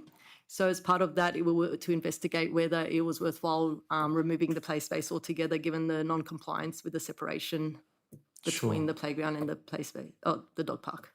Okay. Given the degree of accuracy for the attendance, 944 people over a 9-month period for 12 minutes each. It's quite a lot. And I'd just be, given that there is usage, if it was in single figures or 100 or something, but there are a lot of families around that area. This seems really loud, this microphone. I'm supportive of doing that, but when Lestrange is upgraded, so we're not actually taking something away. So I don't know if you've got any update on when the Lestrange upgrade, how that's progressing.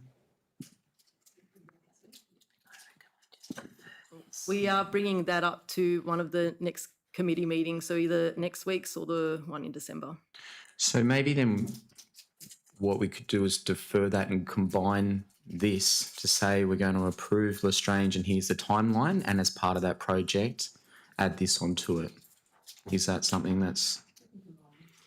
Yeah, so it'd be... So what I'd be doing here is I'd be seeking to amend what's in front of us to defer this recommendation and include it with the Lestrange Park playground upgrade project.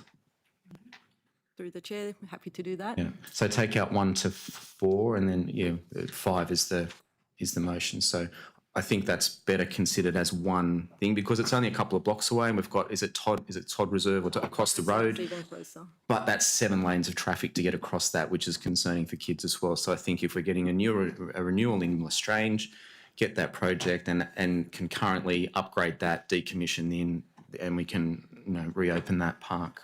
Yeah. Okay. Thank you. Further discussion, councillors?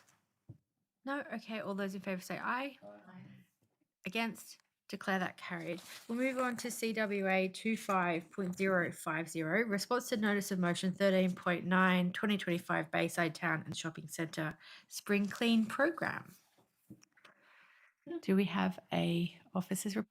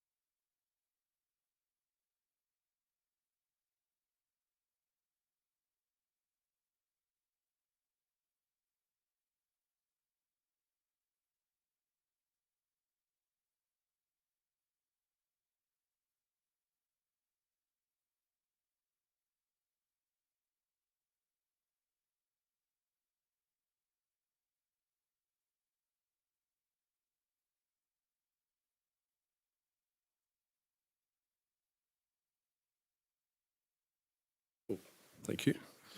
So as you can see, the litter bin services that we do are in every town centre every day, Monday through to Friday. We run a street sweeping and an electric blower or broom off-sider. So it's a two-man crew and they go through all the town centres every morning as well. That's followed by manual cleaning. So we've got crews that go around and obviously go around and clean town centres. And then we've got a water jetting program, and based on the tier of the shopping centre, it's either on a 6 or a 12-week cycle, which I'll discuss the tiers into my presentation. And then where there are toilets available, we provide a daily clean as well, Monday through to Friday. Part of it is Saturday, Sunday, public holidays. We collect all the bins, we do the street sweeping and the electric blowing, and we make sure that the toilets are cleaned as well. So it's on weekends. Seasonal programs, so we ramp that up over between October and March, and what we do is we increase some of the hours that we do on the Saturday and Sunday.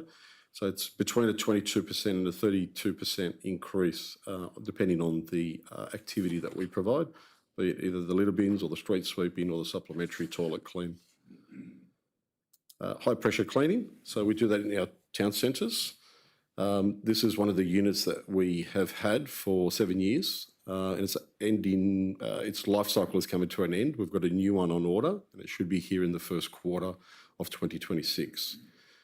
This is a quick demonstration of how it works in our town centres. And so while it's a fantastic system, it's got a two-part system. So it's got a grey water tank and it's got a clean tank. And so what it does is when it goes through and cleans the town centre, it then comes back and then sucks up all the dirty grey water, and then we get rid of that appropriately. We can't use this in every town centre because of the weight of it. And obviously some town centres, and I'll discuss that when I go through the pavers, they're on a bed of sand. And so we can't obviously go and provide this kind of service that sucks up all that and makes them uneven, because then it creates trip hazards and so on. So we can use it in designated areas. Then we've got these two units that arrived at the beginning of this year, and they've been fantastic, and it's more of a manual process. And these get into those other areas that we can get into. So we've got guys on scrubbers, and then we've got guys on the water blaster handheld. And so they go around to the town centres and they do a great job with that. One of the restrictions is that we've got a very small window to provide this in our town centres. And the reason being is because if we provide this before 4 a.m, we start to get noise complaints.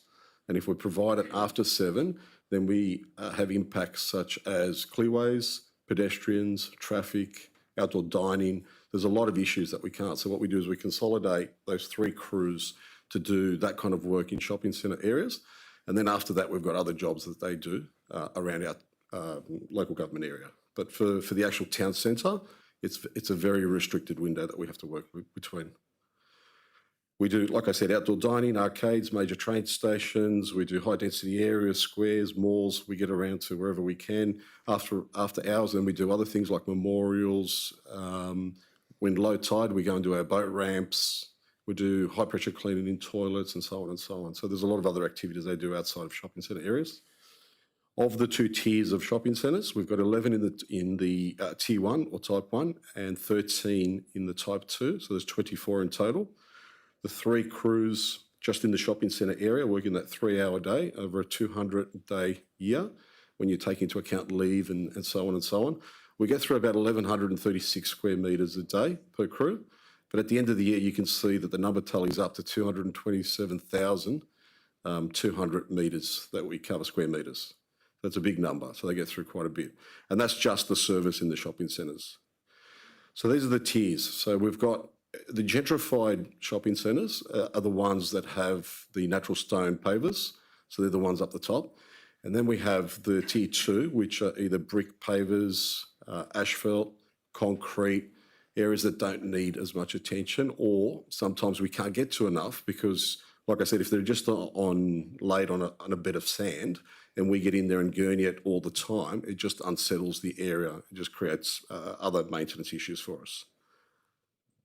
On top of that, then there's an issue if the area is sealed or unsealed, and obviously that gives it a layer of protection.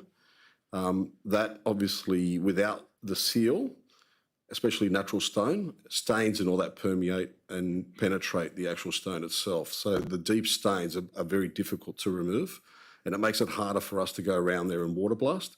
So it makes our job harder. So what we want as much as possible is to have sealed areas. They bead straight off the top and it makes it easy for us to clean. So that's an example of a test patch that we did and the difference between what it looks like when it's sealed and unsealed. Brighton Les Sands we did in 2020, and it's probably coming up to a renewal process now. Bexley North we did in 2025. So there's these recent examples of areas that we've just done. We've done some benchmarking. So for us, it's costing under $1.19 per square metre. We do have contracted prices, and we're familiar that they are between $4 and $6 a square metre. So value for dollar, we're definitely providing. So it's about $270,000 just in the shopping centre area for that 3-hour window. Where if we're looking at contracted rates, we're looking at about $900,000 to 1.4. So it's a big difference. Mechanical street sweeping, we provide that in town centres every day.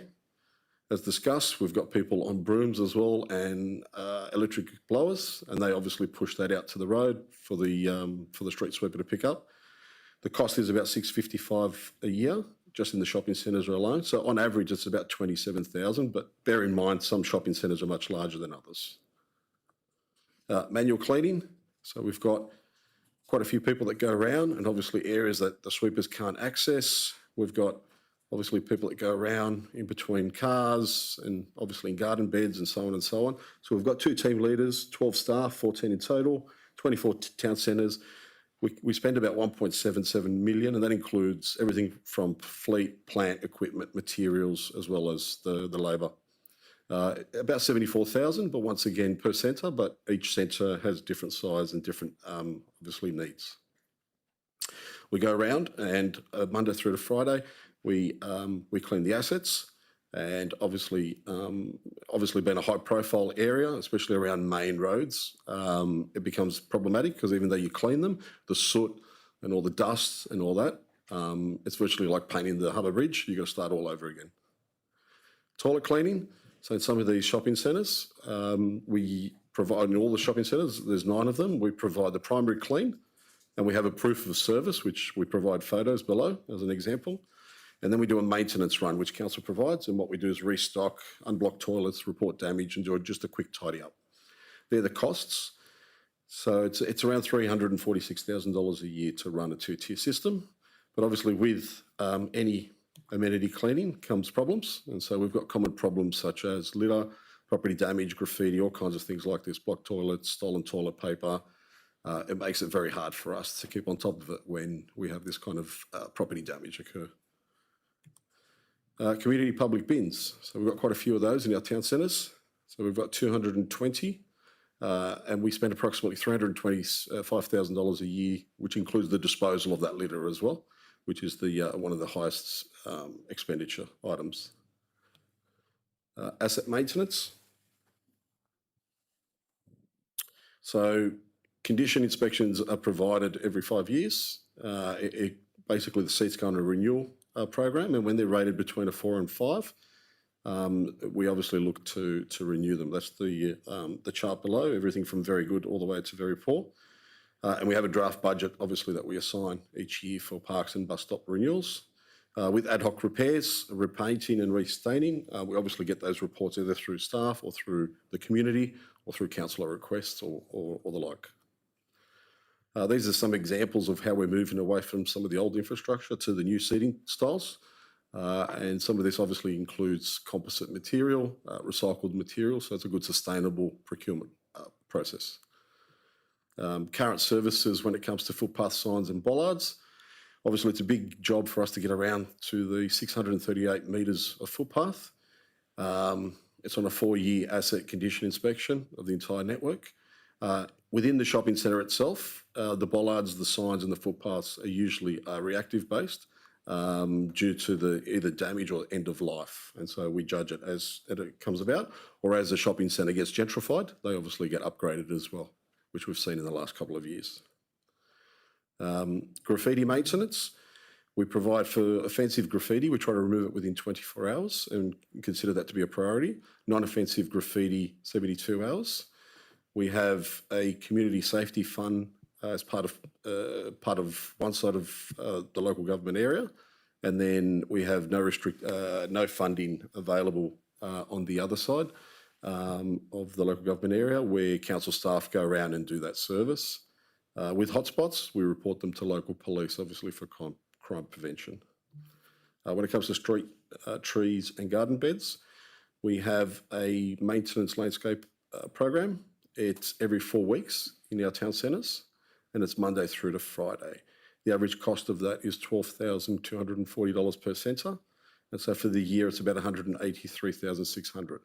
Now, not all our town centres have got garden beds, but of the ones that we do look after, that's the cost of running it, and they're the services that we provide, everything from pruning to minor plant replacements, removing of litter, and so on and so on. We mulch twice a year, and we do floral displays in high impact areas as well for the spring.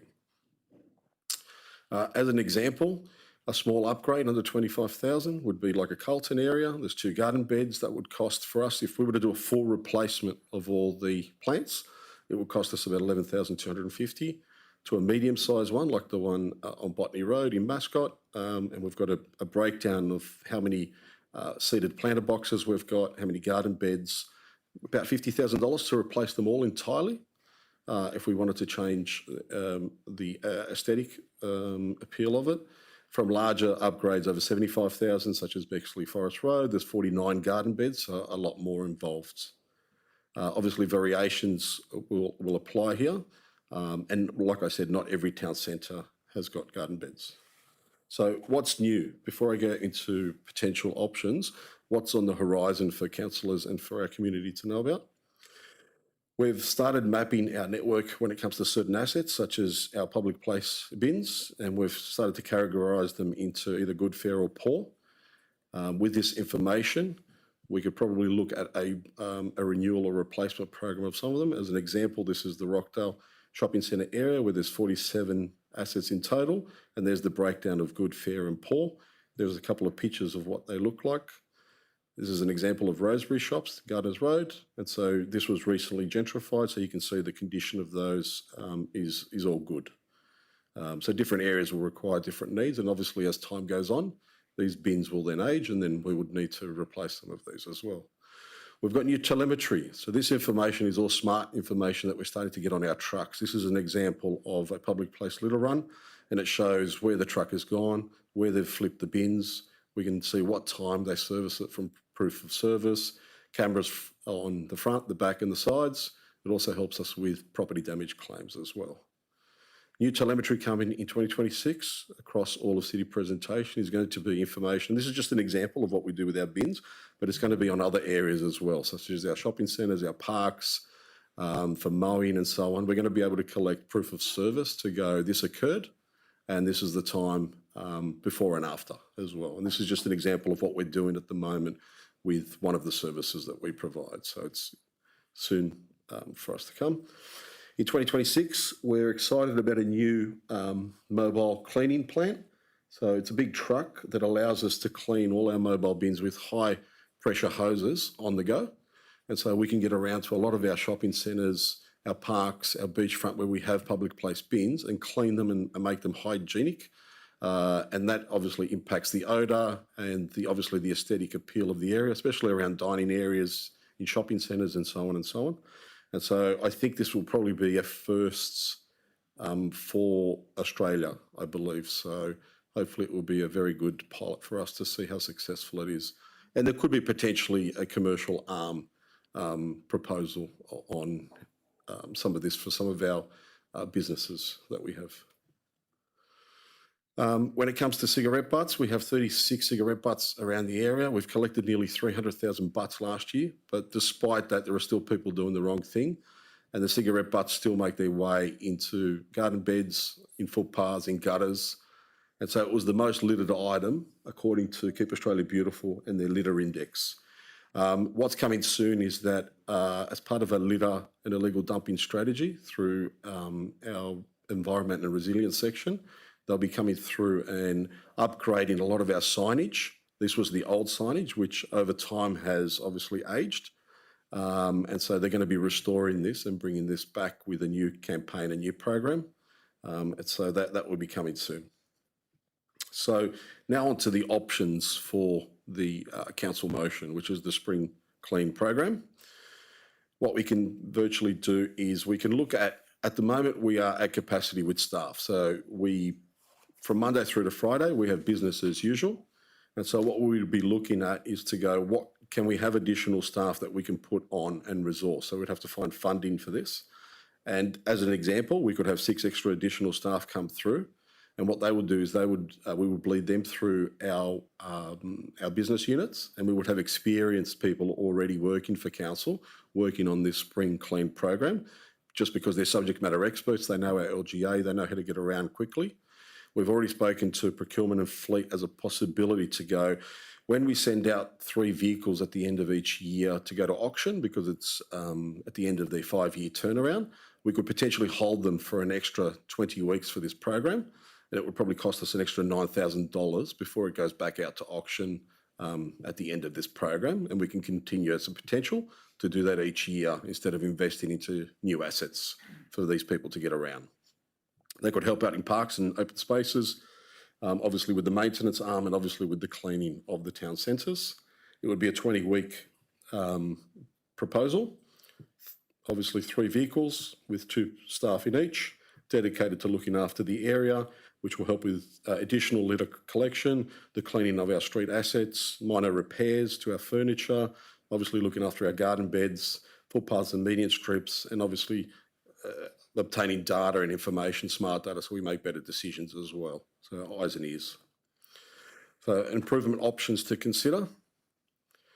So if we were to have a 5-year resealing program of our top tier pavers, our natural stone pavers, we're looking at about up to $350,000 over a 5-year period. We've got prices, we know it's between $10 and $14 a square metre. We have to cover that amount of area. So we're looking at top end about $70,000 per year to run that program. That would make it easier for us to have that maintenance program when we're cleaning, because obviously it's terribly difficult when they're deep stains for us to remove them. With the replacement program for our ageing enclosures, we're looking at about $770,000 costs for those 220 bins, which is about $110,000 a year over a 7-year period. So that would be the cost to do that, and obviously keep our areas nice and clean, and obviously pride and aesthetic appeal to our shopping centre areas. When it comes to our street trees and garden beds, if we were to increase, for example, the frequency of the maintenance, the landscaping maintenance from 4 weeks to 2 weeks, we're looking at about $126,000 a year. The irrigation and plant resilience program, if we were to put in some targeted drip irrigation systems, which we don't have at the moment in our garden beds, we're looking at about $8,000 per every 100 metres, and obviously excludes underground services if there are going to be additional costs with that. With mulching and soil management, we can go from 2 to 3 mulch per year. That would be an extra $18,000 a year. And the rejuvenation of garden and landscaped areas, once again, depending on the size of the shopping centre and how many garden beds they've got, it ranges between about $11,000 up to $123,000 worth of replacements. Visibility and branding, flags and banners. So if we were to promote a Spring Clean program, we could look at flags, bin wraps, bollards. Obviously, there's costs associated with those, about $150 a sign for a trifold bollard sign. If we were to get corflute wraps, we're looking at about $10,250 for about 200 to cover those 200 bins around our local government area. And the flags and banners, we're looking at about $260 a flag as well, just to give that big prominent brand and push to say this is what we're doing and we take pride in our local government area. When it comes to graffiti removal, if we're looking at additional cleans, it's about $670 per day plus GST. And so if we were to do the full 20 weeks of an additional graffiti removal specialist program, it'll be about $67,000. When it comes to art murals, which can also deter graffiti, we're looking at about $6,000 to $20,000 depending on the size and the area, but obviously expressions of interest with the artist will apply. And we could do that through some of our arts and culture strategy and some of the programs attached to that, which are wonderful. And then with the installation of CCTV cameras, it varies significantly because if we need hardwired cameras, if we need solar, if there is enough solar, sometimes it might have to be a mobile device. The prices can vary significantly there. So summary of options and costs. Basically, to run that program, we're looking at, if we were to put on, as an example, 6 people over a 20-week period, the cost would be roughly about $229,000 with the vehicles. And then obviously, depending on the priority from the councillors and funding that we can look at, obviously providing to this program, there's a whole series there as a summary of what I've already gone through with the different programs available. More than happy to share this, obviously, presentation with all the councillors so they can look at it more in detail. And then, yeah, thank you for your time. Thank you, Joe. So do we have a mover and a seconder? Councillor Poulos and Councillor Strom. And Councillor Poulos is quick off the mark. Okay. That's because I wrap up if you want. Oh, you've got your hand up. Yeah. Oh, look, I just congratulate you again. I mean, it seems like the waste and wider area always has the most comprehensive reports. Fantastic report. Thank you very much. I guess in terms of, I know you said that there's no way, there's a wide variation in CCTV costs, but it would be interesting to know, particularly given those pictures you showed earlier of the damage, to get an idea of how much extra that costs and whether or not there are sort of hotspots where it is worth putting in CCTV. It would be interesting to know what that cost is. That was one, yeah, that was the first question really. So we've installed cameras before, so we've got a rough idea what they could cost as well. So something like, say, for example, if you were to put a camera up which is fully solar powered, and it has very good sunlight, you're probably looking at low, like $7,000-8,000 to start with, maybe up to 10, depending on the kind of cameras and the technology that you're using. And then if you're looking at mobile devices, like on a trailer, we've built some from around 22,000, but with inflation, since we built them and all that, we're probably looking at closer to the $30,000 mark, give or take, in that range. So they can vary significantly, once again, depending on the type of technology that you use. And do we have hotspots where we think, like, would you have places where you think, okay, we might need 5 or 10, or like any recommendations around that? Yeah, well, look, we currently have 6 illegal dump-in cameras that are currently used by compliance, and we have a whole series of safety cameras that I believe are just about to start and go out into the public spaces as well. Yeah. Yeah. The second question was about that resealing, because that did look like maybe a useful investment of money, a preventative strategy.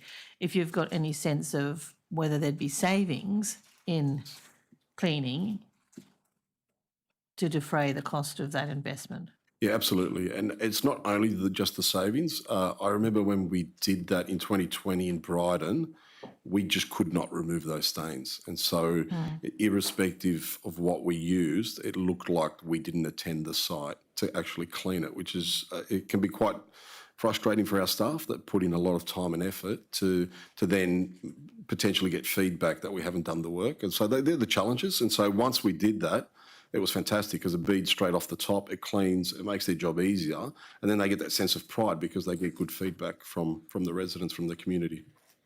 So can you give us a sense of how much remains in terms of that, whatever you call it, class 1 type stone, how many meters squared or whatever, and how much that would cost to actually just seal it all?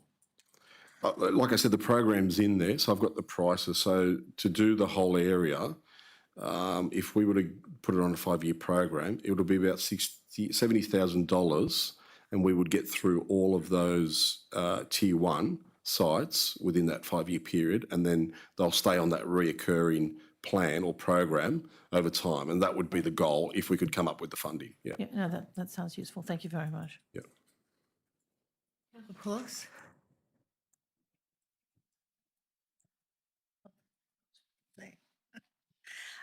Thank you very much for a very detailed presentation, and I appreciate the effort that has actually been put into such a comprehensive response to my notice of motion. I do note that since my motion, I have noticed an increase of activity in the town centres, and I thank you for that from the city presentation team. My question, and I've got a few questions, so bear with me. My initial question is how does the officer's recommendation incorporate the next steps?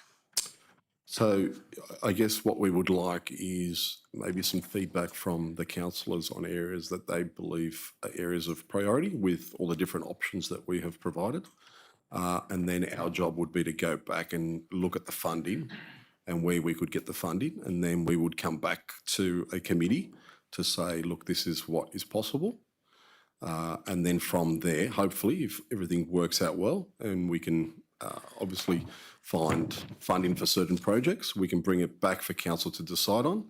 And then hopefully, if everything works well, we could have a program by next spring. Thank you for that. I suppose, obviously, we have some gaps in the process in the services that we currently have, and obviously things like, the sealing of pavers and just your day-to-day basic needs is not working, I suppose, and we are getting the feedback. So for me, I appreciate that there is a push for spring 2026, but I suppose we have got a list of town centres at the moment.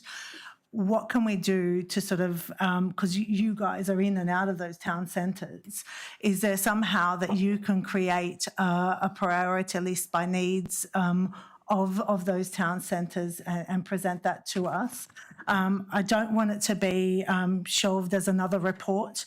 I think that we need to sort of step in and actually get the wheels in motion, because this is something that isn't, it's every day. I mean, and I've had numerous conversations with numerous departments in regards to,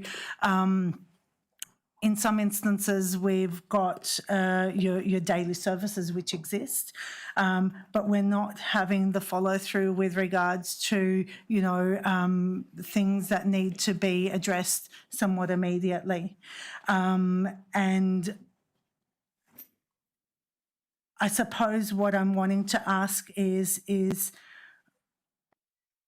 spring 2026 is coming, but what will come before that? And I want to change or put point number 4 is that we actually commit to establishing a Bayside Town and Shopping Centre spring cleaning program, incorporating the associated departments and the promotional campaign as well. We need to be proactive as opposed to being reactive. So we are in like I said earlier, there are instances where departments aren't talking to one another, in that we have got people going and doing the street cleaning. A bollard has actually come down, but who's reporting the bollard that's been knocked down, and when are we actually attending to that? Time after time, and all of the councillors here, I'm sure, can attest to it, in that we are loading CRMSs for things that we are actually doing on a reactive basis.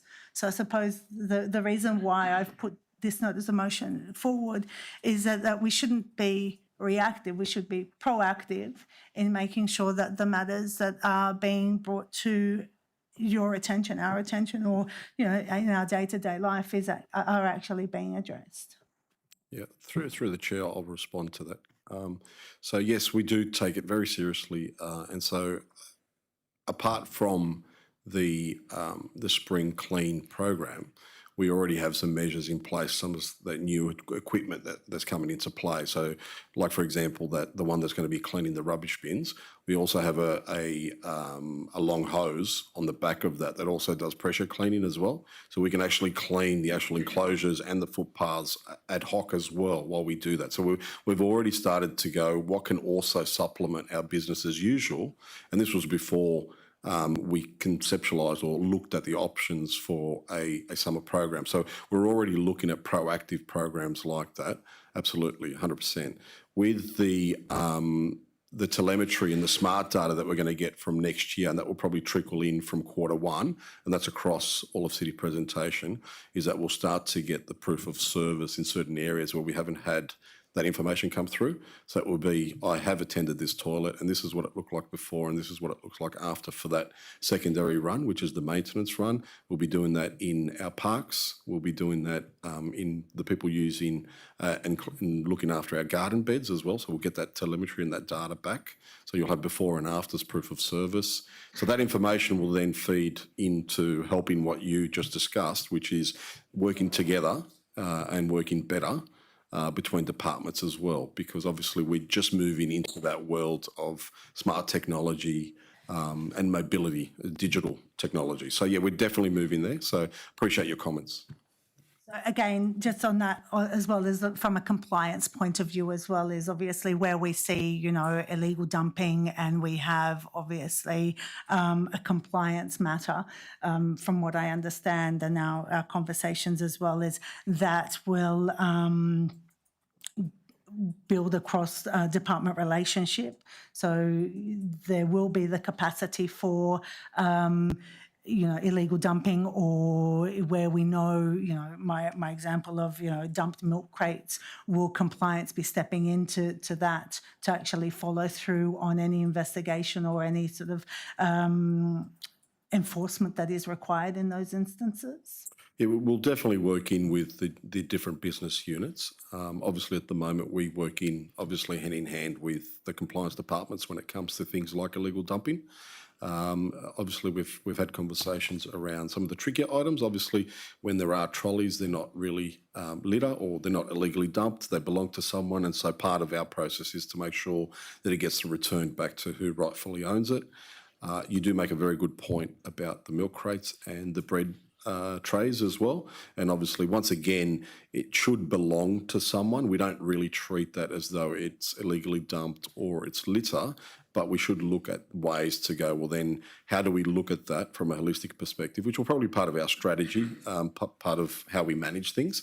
And that will flow from that illegal dumping and litter strategy to say what is in scope, what's out of scope, and then the ones that are out of scope, how do we deal with those? Because there are a lot of grey areas there. Obviously, we don't want to be throwing away milk crates that could be returned to someone, that could be reused rightfully. Obviously, it's not always the case. We do find some that do go walkabouts and obviously don't belong to someone, but just obviously strategizing that to go, what's the best plan forward? So we would rather save those so they get reused. I'd rather not have those discarded, obviously. Yeah, no, and this instance that I'm actually referring to is that it is in an area where it is becoming quite hazardous. They are actually either in a walkway or in on the road. So there's obviously, if there is some level of enforcement or follow through from one department to the other, then we can actually tackle that head on and contact the appropriate business owner, because it's not directly behind their establishment. It's actually a little bit far, like a distance away. But my concerns is yes, obviously we don't own them, so we can't, you know, obviously dispose of them. But it is an instance of there are safety hazards that are actually being caused, and obviously we need to sort of follow through with that as well. Councillor Pauls, could I just say, is there any kind of further recommendations you want to add? Because we have been asked by Joe if we've got, you know, a short list. So I suppose I'm not going to, the short list isn't going to come from me. Obviously, I've given a list of the town centres that need to be looked at. I suppose my request to add to this would be to point number 4, be establishing, that council establishes or establish a Bayside town and shopping centre spring cleaning program. incorporating all associated departments and including any promotional campaign that they see fit as well. Councillor Kassim has your hand up, and Councillor Morrissey. I'm Thank you sorry, very Chair, much. could I just make a comment on point 4? As point 4 has a substantial 110,000. budgetary impact, Yep. the committee's recommendation must be that council consider the establishment of the Bayside, all the rest of it, at its earliest opportunity, which is either at a quarterly review or in the development of the next operational plan and budget. Yeah, so that's what I was going to say. I was just wondering, just to assist with your request, could you possibly bring back the slide where you actually did put all the costings in? Because I think that is what you're sort of trying to seek some priorities on. And that's where I was going to earlier in my question about really preventative measures, because it seemed to me that if we could pick out the things which are basically going to, reduce long-term costs and make things look good, then, we should probably try to prioritise those, which is why I was going to the resealing, because that does both of those things. It reduces long-term cleaning costs and it makes things look good. So it seems to, for me, it sort of ticks both boxes. And then the other question I had was really about hotspots, and that goes to a little bit about what Councillor Poulos was saying. Like, there are obviously some hotspots where we get a lot of problems, and maybe the question is because everything seems to be in cycles, which is great. You guys are so efficient. That's why it works well. It's like clockwork, I think, in everything you do. But it may be that there are some hotspots where the cycles don't work, and where the damage is done, or like things So you're are done to asking whatever. for suggestions. So of I'm where we- asking for suggestions on hotspots, and that's why I went to the CCTV question. Because if we know what the hotspots are, then maybe we can sort of like, if you like, almost like take them out of the cycle. Yeah, Just, like do an Brighton- extra one. Brighton the Sands Pavilion. You've got, your summer foreshore program, you've got a high activity during the summer. Why wouldn't that be a priority, and why wouldn't we start implementing that now? Everything that I've raised in my notice of motion is back to basics. I'm not asking for new murals. I'm not asking for new flower beds. I'm asking to maintain what we actually have. And I think that, I understand you've got concerns. Councillor with Poulos, regards- your microphone's not on, by the way. I understand, General Manager, you've got concerns with regards to budgeting and finding the funding for it, but we have a $200 million budget. And if we can't get the basics right, it actually is a little bit disappointing that we're not focusing on these items as priorities, and we should be finding the funding sources to be able to actually carry this through for our community. Could I make some suggestions? Like, I think some things to really jump out at me, like mulching, for instance. Oh, sorry, Councillor Morrissey. Councillor Morrissey, you did have your hand up previously. Yeah, thank you. I want all of the stuff except the promotional bits. I think we're getting too operational here. It's not our role to tell you how to do your jobs operationally day to day. What I'm seeing is you need 6 staff and 3 cars, right? We've got amazing leadership in your space. And then you come and give us the program and say, this is what it is. I think we should be looking at the funding, not temporary for spring. What's standing out a little bit, and I think Councillor Poulos, when this all came about, was just some inconsistencies. It's clear that there's inconsistencies because we haven't got enough people throughout the course of the year, particularly in spring when it starts to get warmer. So my suggestion would be find the budget for permanent staff, give young people a go. 3 vehicles, it's $1,000 a month for a car, right? Put them in at $1,500, then we'll get a discount. A ute, dual cab. What do you want, a Ranger? Anyway, what I'm saying is, it's from what I'm getting from this is there's a lot of work to do and there's a lot of great options. I think actually going out and saying, oh, here it is the spring, how good is this? And here's our signs and flags and banners. That's going to open the door to people to tell you how you are not doing your job, right? Not say like you, oh, look, Bayside's doing, you can see it now. It happens every day. Bayside's doing this and oh, look at these 3 cigarette butts and oh, look at this. You know, it's going to open up. If we're saying how good we are and we don't deliver to that promise because it got on a big flag and we've spent all this money on flags and signs, that's going to open ourselves up to scrutiny and it's not money well spent. That money should be spent on the lease for one of the cars or 2 people in those trucks, So what I'm suggesting is I think it's the suggestions you have are amazing. It's very, very clear to me that you all know and your crews know what needs to be done. You just need some people and some vehicles to be able to do that, and then you can make the operational decisions. I think as councillors, we advocate for our community. We'll make those reactive reps when things aren't quite there. But you've got the plan, you know what needs to be done, you just need the people to do it. So I don't think it should be just for spring, just for X number of weeks. Let's find the funding to make it permanent. There's always stuff to do. In the middle of winter, there's always stuff to do. It's not just spring. So that's the way I'd sort of reframe it. Not just a program, but a permanent, here's how we're going to make Speyside better.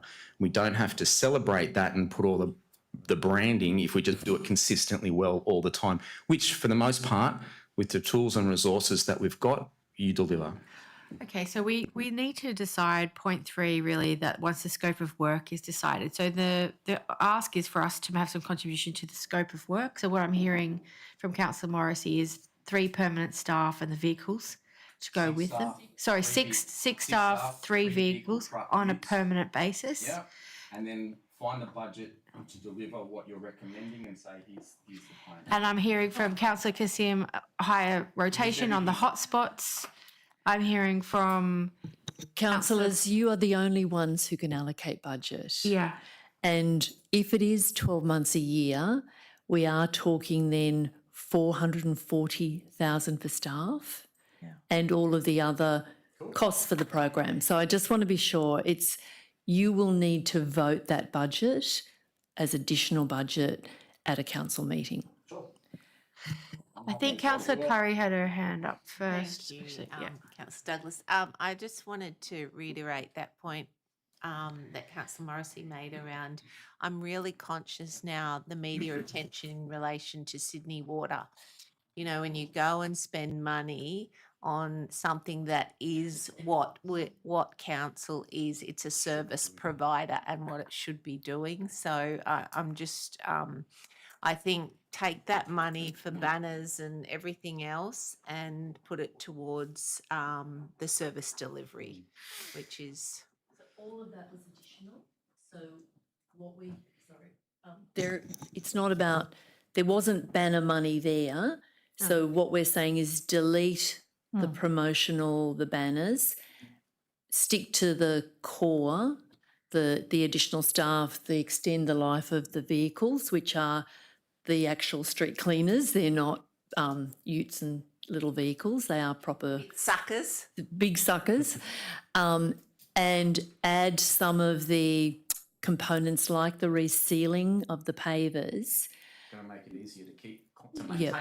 So, and maybe some landscaping. So I think we'll come back with a budget on that, a very clear budget on that. But it needs to be, like, the money it can't come out of domestic waste. It has to be found from general revenue.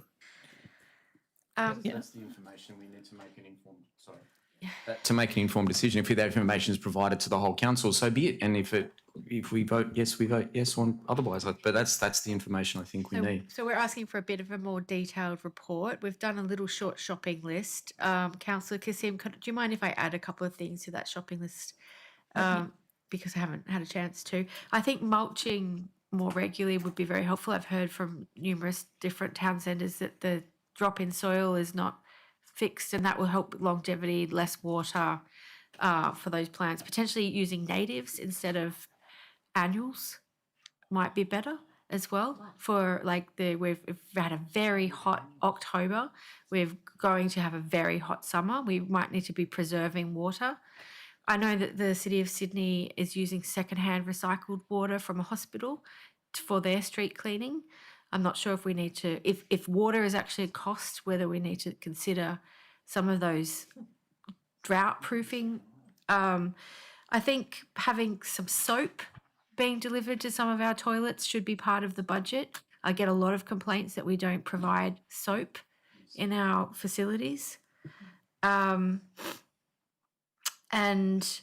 potentially whether there might be a window to open up some of the street cleaning, like the blowers, in the evening was suggested to me by a resident, between 8 and 10 potentially, rather than 4 a.m. because we do get complaints about the 4 a.m. as well. So I mean, I think there's what's more acceptable. I'd love to know why we don't do it in the evening. 8 o'clock it seems to me more socially acceptable than 4 a.m. if you're living in a high rise right above Rockdale Shops, for instance. They're some of my suggestions. Councillor Kassim, back to you. Yeah, thank you. I absolutely agree that we have great confidence in you. As I said, it's not only your reports, it's what you actually do, which is great. And I note that you were only recommending casual staff. So, and I'm sort of saying that I'd rather stick with your original recommendation rather than pay for full-time staff necessarily, because that money could go to other things, like more plants, which would make the place look better, like more of those cigarette holder things, especially down at the beach. I've just noticed how many butts are there at the beach, and people just don't. I don't know. They don't see the bins. They're all over the place. They don't see them. They don't use them. It's just high traffic areas. It is a high traffic area. So I'd rather the money be spent on that sort of thing. As I say, I'm all into prevention, and then just recognising, spring is a time. Well, summer is a time when you're going to have more rubbish. So we do have to put a few more resources in there. But yes, your basic budget, all in favour of it, and I agree. Let's just put it up, along with those few additions which other people have So added. can I just ask the general manager, what's our best option here to try and pull this together so we can move on to the next item? Because we could be here all night talking about this. I think the way forward is for us to do a short supplementary report to council in a fortnight, where we will put some really clearly defined options for council to look at, a package that is a 6-monthly package and a package for 12 months year round. So one that's like a spring cycle and one that's an annual cycle.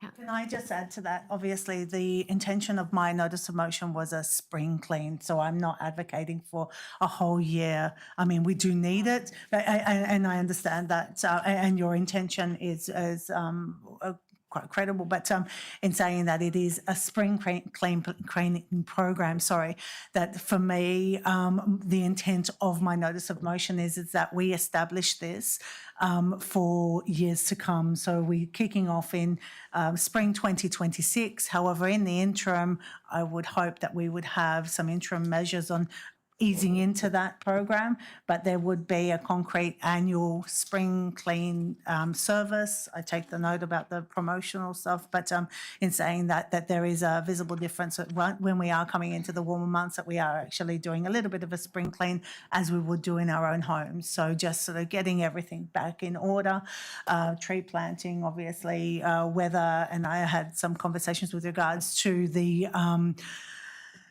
planting and making sure that they are obviously appropriately planted in areas that can actually either be watered, or having the resources that we have got to accurately maintain them as well. Okay, so let's wrap that one up then. So, oh yes, Councillor Strong, be quiet. Just a quick under the lid sort of question. All the street bins, is there any sorting, or is that like landfill? All the street bins there that are not designated, separated, does any sort of recycle capture happen from the bins? From the back end where we get it processed, there is, but we don't have, if your question is, do we have public place recycling? No, we don't. Now, we've trialled that before to try to get that sorted. From the rubbish you get, does any sorting happen at all? There is a little bit of sorting, but not to the extent of a pure recycling program. Yeah. Okay. Councillor Barlow, you've got. Just a question with toilets. It's the Carlton toilet I'm always getting a phone call about how bad, it's one of those automatic ones. Toulouse, yeah. Put in the rep. And so does it go, do they clean it once a day? I don't know. It used to be council used to do it, now you have a contractor.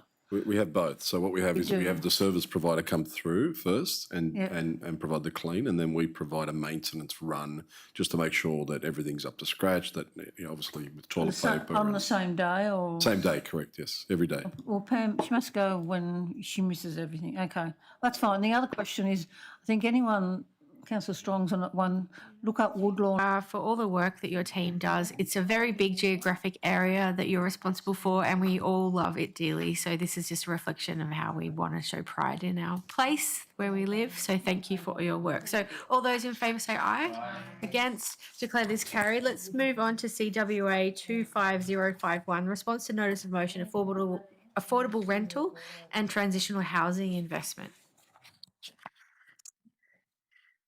We have a councillor report to be received and noted on this one.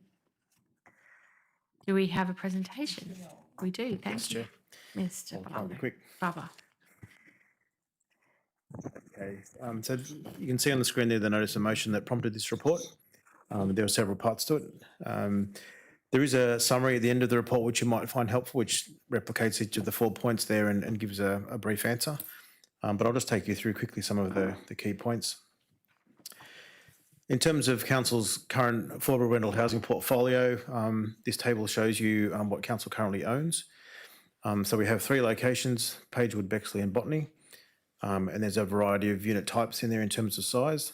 And so a total of 62 dwellings and 111 bedrooms altogether across the portfolio. The resolution asked for a cash flow, just some idea of how the numbers work across that portfolio. This table summarises that, so you can see it runs in a year from top to bottom, so current year at the top and down to 2029 and beyond. The third column in there shows the income from the portfolio, so this is the annual income. So you can see this year that'll be around $600,000 income. And that goes up over time, primarily due to just CPI application to that income. The next column shows expenditure. So you can see there that in the current year we've spent a reasonable amount of money there. That includes the complete refurbishment of the Bexley location and also some work on the Botany location to bring that up to standard, given that we've got a couple of vacant apartments at the moment there. So that those works will reduce the current balance in that reserve, and we expect that to be around about $1.5 million at the end of this year. You can see going forward in that same expenditure column, there's 2 amounts there of around $2 million and $1 million in the next 2 years. They are to repay the purchase cost of the Botany location. So once that internal loan is repaid, then those funds will start to accumulate again. And it might be that around 28 or 29, there might be enough in there to look at another building that contains more than one dwelling. So in general terms, that's how the numbers run in that reserve. These figures are indicative. They do assume that the rental market remains fairly stable, that there are no new dwellings added to the portfolio until around 28, 29, until we repay the loan on the current or the most recent purchase. It also assumes the current level of subsidy and the mix of tenants is maintained.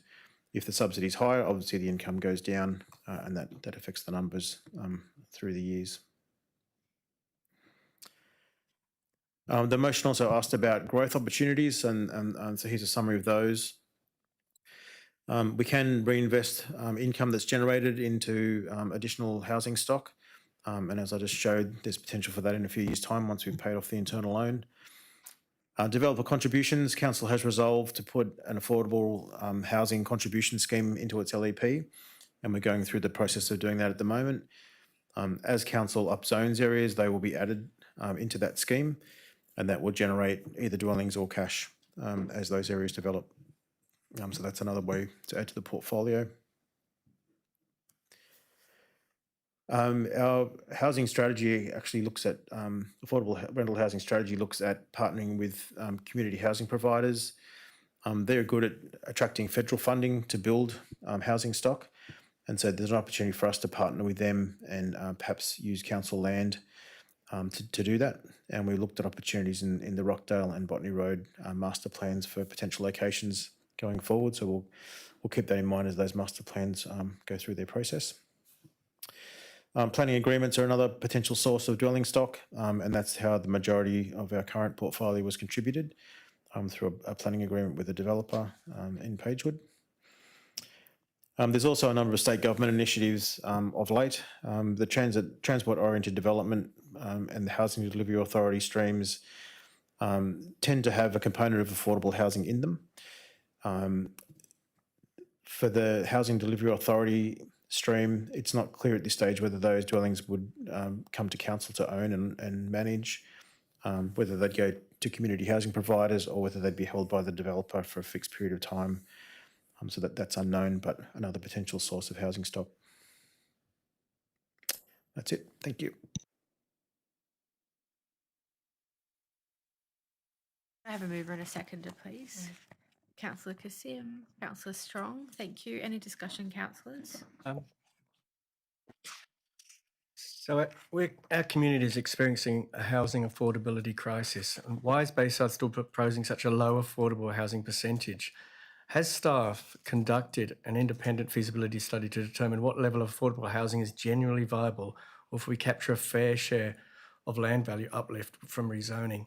Can we set stronger binding targets on rezonings where developers are getting huge land value windfalls? So my question is, through the chair, haven't said that before, through the chair, first time anyway.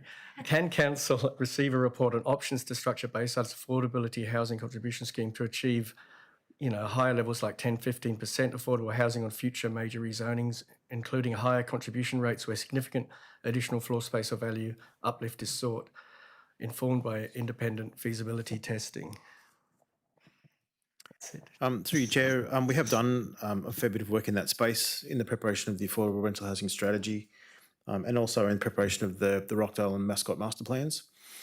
The scheme that we can put into the LEP must be shown not to make development unfeasible. And the modelling that we've done, which is consistent with where the state government's targets are, shows that in a lot of cases it's only 1%. You can achieve 2% where you're giving a lot of uplift. 3% is probably the upper limit for feasibility. Beyond that, development just becomes unfeasible and it won't go ahead. So there'll be no housing delivered. So when we add that provision into our LEP, we have to demonstrate, we have to test feasibility every time we add a new location or a new site into that scheme in the LEP. So we'll do that work as they come up. There are some larger commitments to, in terms of percentage, in some of the HDA proposals that are coming through. But in some of those cases, they're proposing floor space and height increases that are double what they're currently allowed. So there's an enormous uplift for those, and they can therefore offer a high proportion of affordable housing. And some of those are up around 10%. I think the highest one I've seen is close to 20, but those are for massive uplift in development potential. So that's the test. We use external providers like Hill PDA and SGS to do that modelling for us. They have models where they can plug all the inputs in and test feasibility, but it's generally coming out around that 1 to 2% range. My concern is that essential workers will just be priced out and won't be able to sort of exist in the council area. So I just think I'm always going to sort of affordable housing rates. Thank you. Councillor Kassim. Thank you. Just a quick question. All of those, can't remember the total number now of homes which we have, they're all managed by a community housing provider, are they? Through you, Chair, yes, they're all managed by Evolve Housing. That's our appointed provider. Councillor Poulos. That's a quick question with regards to the properties that were acquired by Transport for New South Wales near the F6. Have we or can we consider talking to Transport for New South Wales with regards to purchasing those properties at a nominal amount to add to the assets that we have? Through you, Chair, those are properties that are in the ground surface corridor that may not be required because we have a tunnel. They're the ones you're referring to. Yeah. Yeah, Transport does own a number of dwellings there. A lot of the land they own is already open space, and some of it we already have care and control over. We did approach them about expanding the open space in some locations where, say, Bruce Street, Brighton Sands, for example, there's a single dwelling sort of access point in there to the park, and they own another couple of houses next door. And we asked if they would transfer those to council or agree to those being used to broaden the aperture into that park. And the answer was no. So we can certainly approach them about that, but they do tend to be fairly savvy in terms of their assets these days. I just find that it's an ample opportunity that they have been put there, or they have acquired them, sorry, and it would be a good opportunity just to reach out and have that discussion, and maybe for the benefit of our community. When do we expect Sorry, through the chair, we should also probably note that Arncliffe Central, the social and affordable housing units that will be built as part of that development that we can see coming out of the ground now, I think there's some 800 units. Or 600. Yeah, affordable. Yeah. Yes, where the library will be incorporated into that development. So that's going to create a massive uplift in the number of social and affordable homes available in the area. And can I just ask, when is our affordable housing strategy going to be finalised through the LEP that you were talking about earlier tonight? Through your chair, so the council has adopted that strategy, so we're now working through the sort of statutory process of doing that. It's an amendment to the LEP. I think best case scenario might be 6 months, but it could be longer. We've got to rely on the Department of Planning for certain steps in that process, but it does take some time. Okay, excellent. Is there any further discussion, councillors? I'm just saying, I'm reminding everyone, it's rental, not board. Rental housing. Yes, it's got to be, because people still misunderstand that we're going to build them a cheap house, and it's all the time. So I always say rental. And that's why we have high rises, because they're cheaper than freestanding homes. That's why the government has mandated more high density, is that they're more affordable. Okay. So, and then they have. Okay, so all those in favour say aye. Aye. Against, declare that carried. Now we can move on to my favourite part of the meeting, CWA 25.052, draft walking and cycling forum. Thank you, Chair. There is a short report on this, which we'll just get up in a moment. While we're waiting for that, we have anecdotally been calling this the Active Transport Forum. Yeah. So we might think about whether we would rename it from walking and cycling to active transport, just to be a little bit more contemporary. I don't think many people know what active transport. Every time I say active transport in the community, they're like, what are you talking about? I'm sure all the people on the committee will know. Yeah, that's true. Next slide, please. For a very long time, Council has been considering the establishment of a walking and cycling committee, and there are a number of notices of motion that Council has resolved to ensure that was prioritised and put into place. In July, August this year, we did go out with an expression of interest, encouraging people in the community who had an interest in walking and cycling to put forward their interest in forming such a committee. We received quite an overwhelming response of people who did indicate that they were interested. Some of those from organisations like Bike East, St George Bug, the Georges River Alliance, but a lot of the responses were from interested individuals who are walking enthusiasts themselves, or who do recreational cycling, or who commute on bicycles. So given that we were looking at that list of interested people, the idea started to form that if we used our forum model that we have used very successfully with other areas of interest, like our, what we've done with our cultural creative industries forum, what we've done with our LGBTIQ plus forum, we felt that rather than ask you to select from the 33, we would whittle it down to 25 local residents and suggest that we follow the forum model so that all of those people could participate. They would all be able to bring their unique views to a forum environment. Next slide. As I say, we're talking about, of the 33, 25 are local residents from across Bayside. So we're suggesting that they be invited to join the forum, along with representatives from those particular interest groups that have put their hand up, like Bicycle New South Wales, Walk Sydney, Bike East, and the St George Bicycle User Group. As I said, it aligns with our successful past forums. And the idea that we would put to the first forum would be that their purpose would be to support, plan and deliver active transport initiatives in Bayside.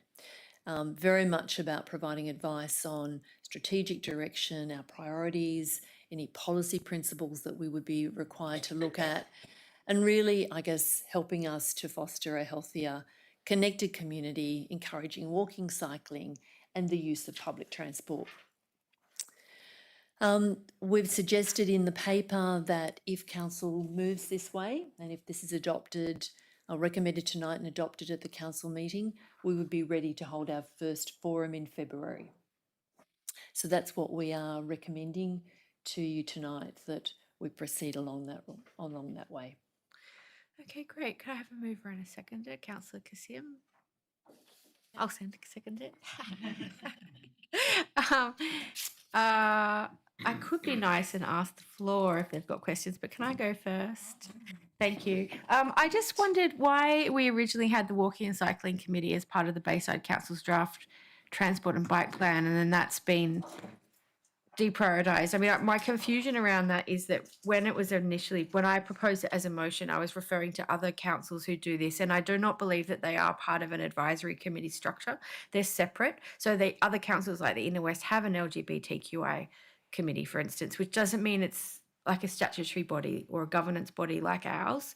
It's more of a consultative body. So I'm imagining that somewhere between it being marked as a short-term action in the Bayside Council's draft transport and bike plan, which came well before I put a motion up, and then we've just interpreted that as an advisory committee, that there's been some disconnect there between what the word committee actually is interpreted as compared to what was put forth. Yeah, I think that the committee structure that you're talking about that was in the bike plan predates our current committee structure. So when that was put forward, council didn't have the committee structure that we have now. The 4 committees that you're all a part of are meant to be all-encompassing committees. They are meant to be places where anything that you're going to deliberate on and make a decision about will come to one of those 4 committees before it goes to council. That's been formalised fairly recently in council's history, and I think the bike plan was looking at an older advisory committee structure where these 4 committees didn't exist at that time. I remember it coming to council as a draft, but it might not have been the first draft. Okay. And I think my third question is just around the output of the forums will be captured by staff and reported to the City Works and Assets Committee, which I think is an excellent idea. I just wondered about the other forums that we're having, like the Creative Bayside Forum, the LGBTQI forum. We haven't seen any report back from those to committee, and I think it would be really helpful for us if we're going to set this up as a kind of governance structure to have some consistencies between them. I agree, absolutely. That's something that we can take on board. Excellent.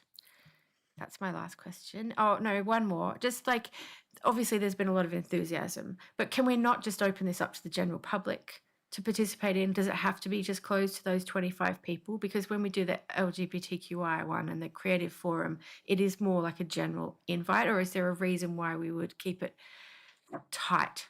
I think the idea, it's slightly different for this one, is this is very much about getting the residents' views. They're interested, but they're non-professional residents' views, and then the very specific user groups' views, and informing specific projects that council wants to undertake. If you think about the Creative Industries Forum, that was very much about a lot of inspiring presentations by people who are working in that industry, but it's more difficult to sustain that on an ongoing basis, to keep that level of enthusiasm. We see this as very much grassroots. It's people, like the people who expressed interest, some of them are just, I like walking my dog. So I'm interested in, is the pavement, safe enough for me to do that? I think we're trying to get those voices that you might hear normally if they have a complaint or a problem. We're trying to really gather those on a slightly more regular basis than the Creative Industries Forum.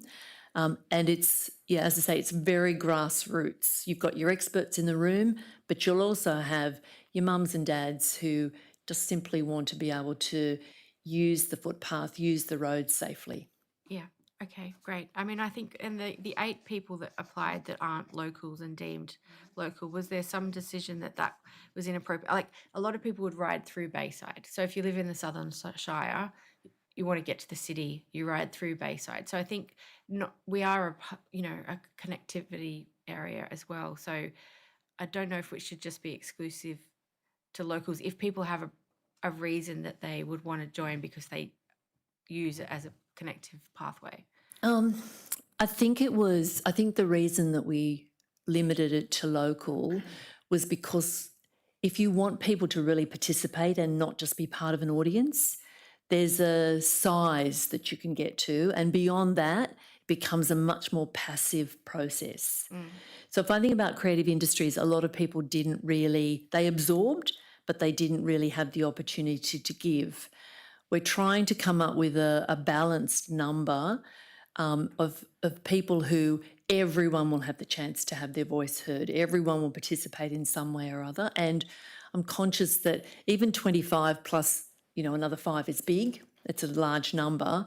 But assuming that you won't always get full attendance, it'll probably still be a very dynamic group. Yeah. I mean, I went to the last 2 LGBTQ forums, and it was a small group at each table, but very committed and really deep listening and deep conversation. So I appreciate that. So thank you for bringing back this. Other councillors? Thank you. I was just going to check.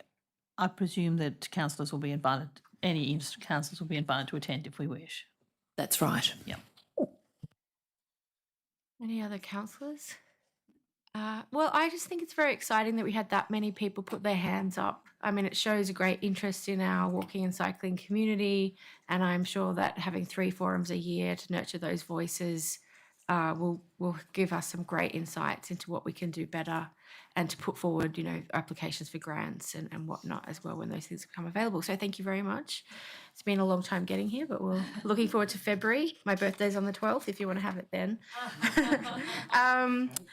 Last item is a confidential report. So that means we need to move into confidential session. Oh, sorry. Thank you. All those in favour say aye. Aye. Nay. Declare that carried. So we'll go to the confidential section. So we now need to vote to go into confidential session. Councillor Curry and Councillor Kassim.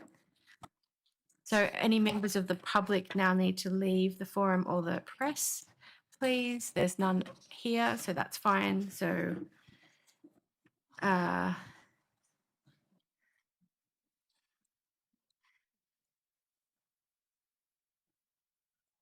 we can move into not yet. Okay, we're just waiting. In accordance with the Section 10A of the Local Government Act and the Council's Code of Meeting Practice, I invite members of the public to make representations as to whether or not this part of the meeting should be closed to the public to consider the confidential items. There being no representations, I move that the council closes the meeting to the public for the reasons outlined in the reports, and we've had that first and seconder. We've voted on that. We've asked the press and public to leave, so we're ready to go when you are.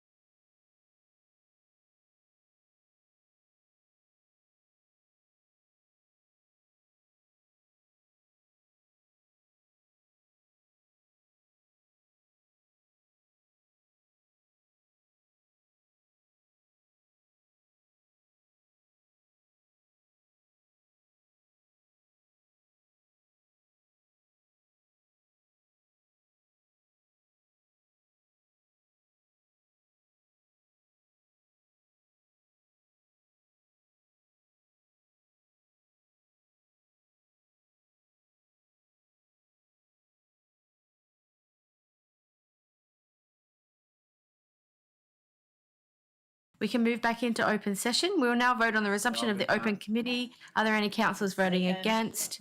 I will therefore take it that all voting in favour unless you indicate otherwise. Okay, so we can go back online. Thank you. I declare both those motions carried with a few amendments which will be in the published papers. I will announce the closure of the meeting at 10:44 p.m.